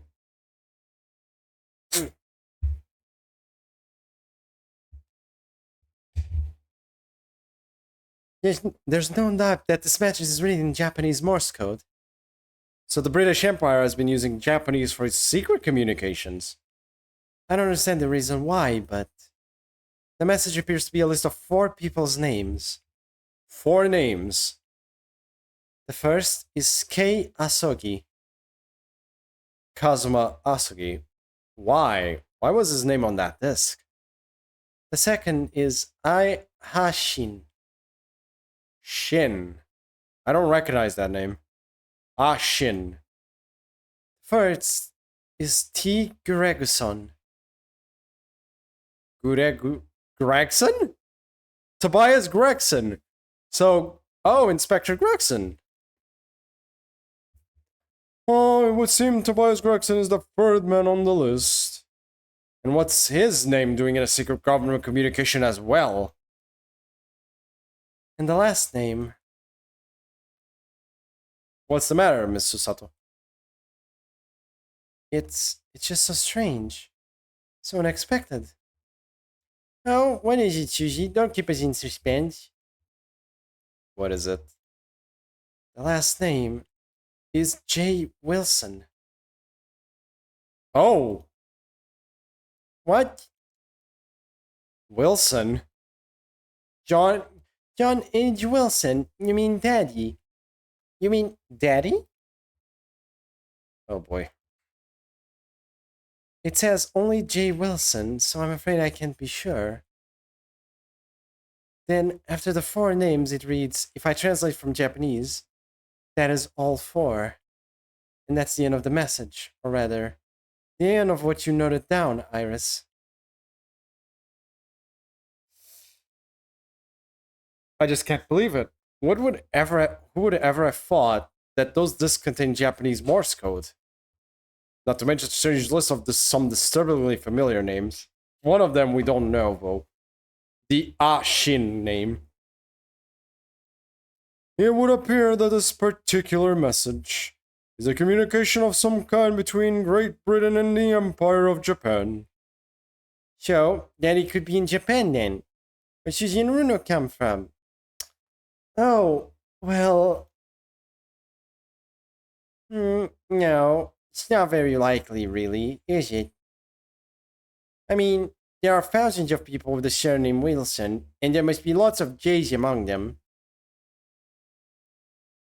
Professor John H. Wilson, visiting professor of medicine at the Imperial Humane University. But we cannot tell Iris about that now. We just cannot. Just can't.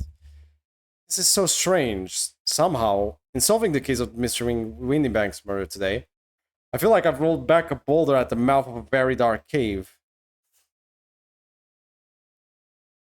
I do wonder if perhaps it's a dark cave that we shouldn't go wandering inside. It might be. This could be problematic. Uh-oh. Susato, you might have a boat to catch. Oh dear, the ship is going to set sail soon. Yes, it seems so. I'll sail on that steamship first to the port of Dunkirk in France. Then I'll change onto a larger passenger vessel bound for Japan. You're really going, then, Shuji? We wish you a safe passage, Miss Susato. I just noticed the flag is actually moving back there. Thank you so much. I wish all of you the very best. Miss Susato, I had hoped to have you always at my side, to guide me and support me. Mr. Naruhodo. Please, come back soon. As far as I'm concerned, you really are the very best judicial assistant in the world. Aw, don't make her cry. MC, come on.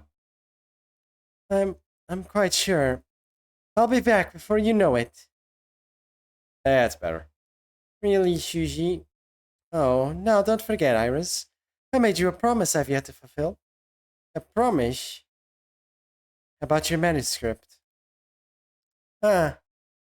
Oh yes, the Hound of the Baskervilles. How the fuck she knew about it? That is a good question. Well, I'll be waiting for you then, Shuji. A promise is a promise. Definitely, Iris.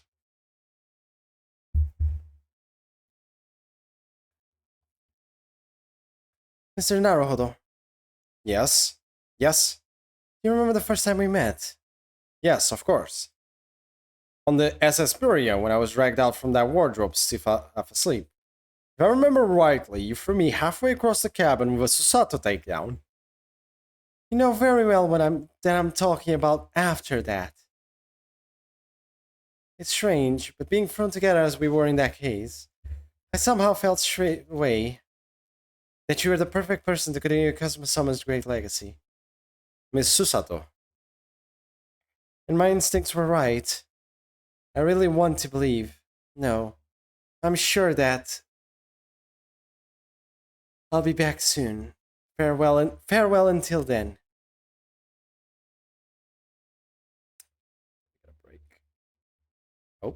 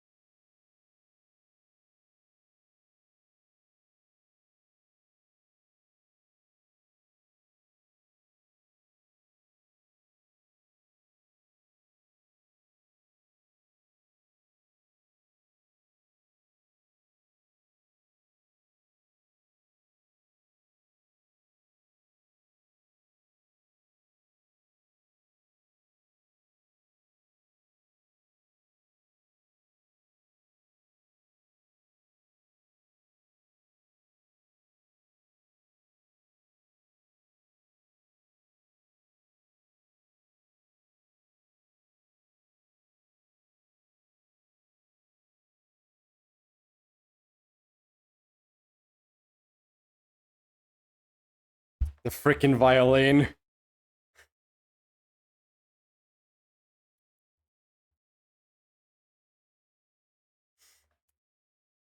The power of friendship. Okay. The power of friendship. God, that is a cliche to have at this day and age. Still, though, power of friendship. Oh, we're not done yet. Oh, yes, Mr. Naruhodo. Yes, Mr. Sholmes? I have some rather awkward news. The railway company has decided to sue over the special express train, apparently. Ah! It caused such a commotion on the line. All the other trains had to wait at stations. But really, we would never have made it to Dover in time otherwise.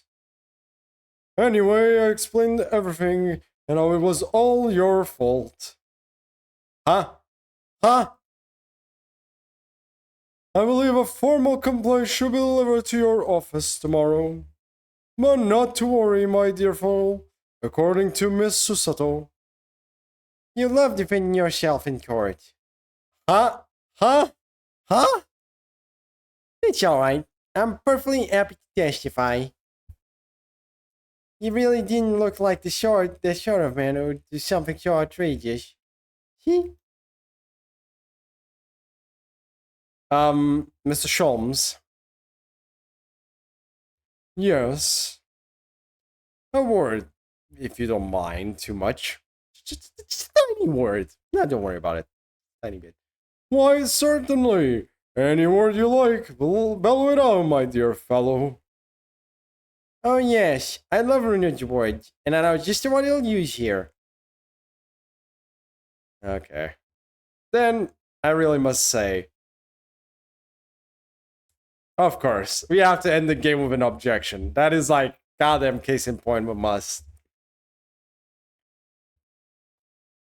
And that's case frickin' 5. Fine, goddamn Lee. Holy shit, this case lasted a while. There's a lot of like... The funny thing is, it felt long because of the beginning and the end. In the following its end of music was someone was afoot, but it transpired I had ordered them all myself. So I advised them for sale with, used by Schmerzer Scholms to have and the money I've earned, consulting the type of work pays a pittance in comparison. Jesus. Gee. Well, that was... You know what? I'm not reading these. Like, if you want to read, feel free to read them. But, like... Whew, we have finished the first of the 2 games in Great Ace Attorney Chronicles. Yeah, there are 2 games in this game. It's technically a collection. I mean, they're called Chronicles, I guess, but that doesn't mean there's 2 games usually. It could just be 1. So, yeah. At the end of the day, though, we did it. Oh, hey, there's the Winston Payne of this game. Ouchie. Ouch! And... Huh.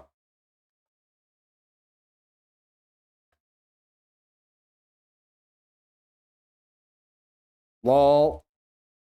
Witnesses. Lol. I mean, they did have to get put, like... Because they did... One of them at least has to be put up to trial. For what he did. For robbery, basically.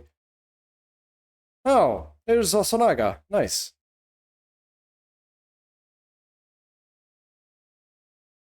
Oh? God damn it!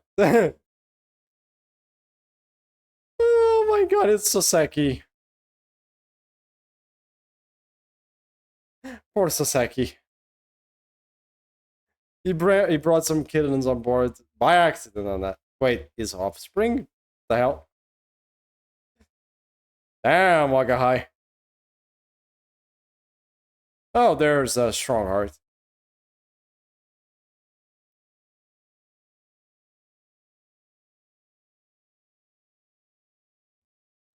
Anyways, chat, that was a very good... That was a good case, though, overall, if I have to be fair.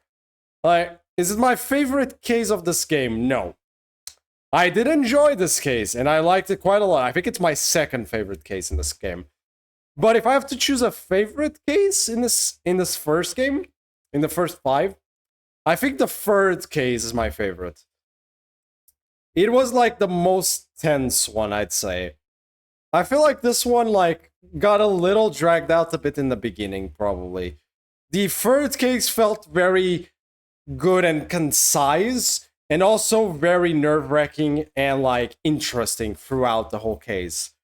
Like, this one just felt a little too much dragged on in the beginning. That's it. Like, the rest, when you got to the trial, everything was fine, but, like, the period before the investigation, I feel like, especially a bit of the investigation, I think it dragged out a little too much. I mean, it's supposed to be the last case, and I suppose it's supposed to be, like, a little bigger than normal. But at the same time, like, I don't know. It's like, I feel like the beginning dragged on a little too much in the 5th. It is better than the other 3 cases, well, definitely. If I have to rate the cases, it's like third was the best, fifth was the second best, then in the middle, it's the fourth case was in the middle. Then it's a weird bit because I think the first case was better than the second. I liked the deductions in the second case, but like there's a good reason why you don't just do investigations in a Ace Attorney game outside of Ace Attorney, the Miles Edgeworth games. But though even those have like, you know, actual testimony stuff happening and you know actual courtroom shenanigans, though you're not in a courtroom. But like that one was a little too weird. Like it also dragged that one really, I feel like, was basically a bit too dragged on. Oh, hey Gina. Some time for a bit now. Oh.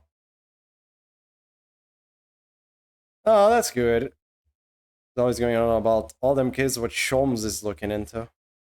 Huh.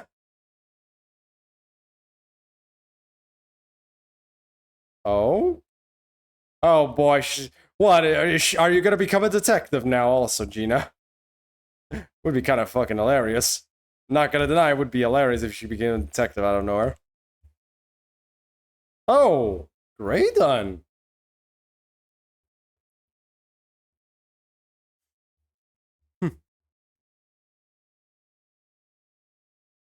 Oh my god, not these two again.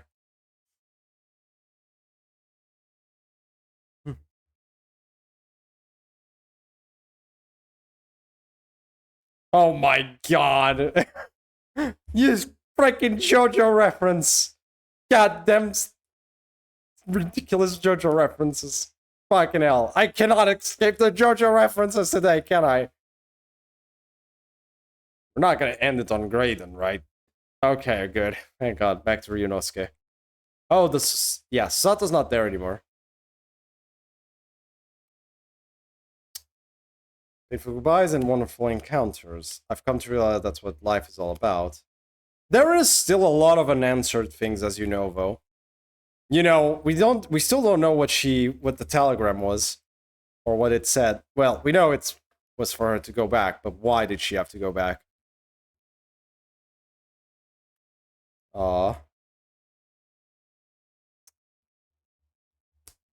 We still don't know what that happened. There's still a lot of questions, a few questions unanswered, definitely.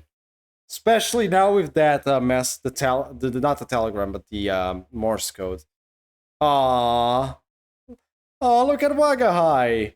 Also, Sholmes, you smug, you smug motherfucker.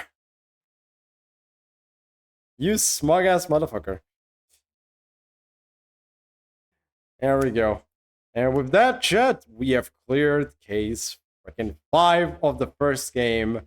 And more credits? Are we not done yet, game? I thought that was the credits. Jesus, how many credits are there? I cannot skip this. Damn it, we are actually stuck. Wait, unless maybe if I... Oh, I can actually. Pause is actually skip. I'm kind of curious to see this, but, you know, let's skip it. Like, we'll be here all day. Otherwise. I feel like this will take too long, probably. And we've already seen the Great Ace Attorney Adventures. Finn. Finn! Oh, I get it now. It's because it's a fish. God damn it. Dragon Ball Bridge, why you do this to me? Oh, that looks so good. Look at that, chat. That looks awesome. Oh, that is like, thank you. That's a great way to just finish the first game. And with that, the first game is over, but now there's a thing, chat.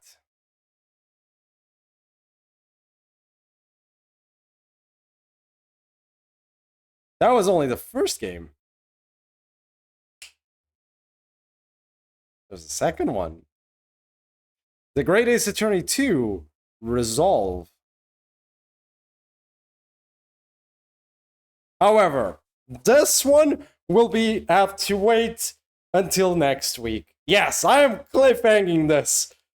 We're leaving this shit on a cliffhanger of what comes next for the story of Rio no Naruto.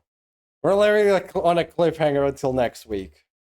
So, until then, you get the cliffhanger. Because I got cliffhanged by goddamn freaking Van Zeeks, you guys get cliffhanged by this.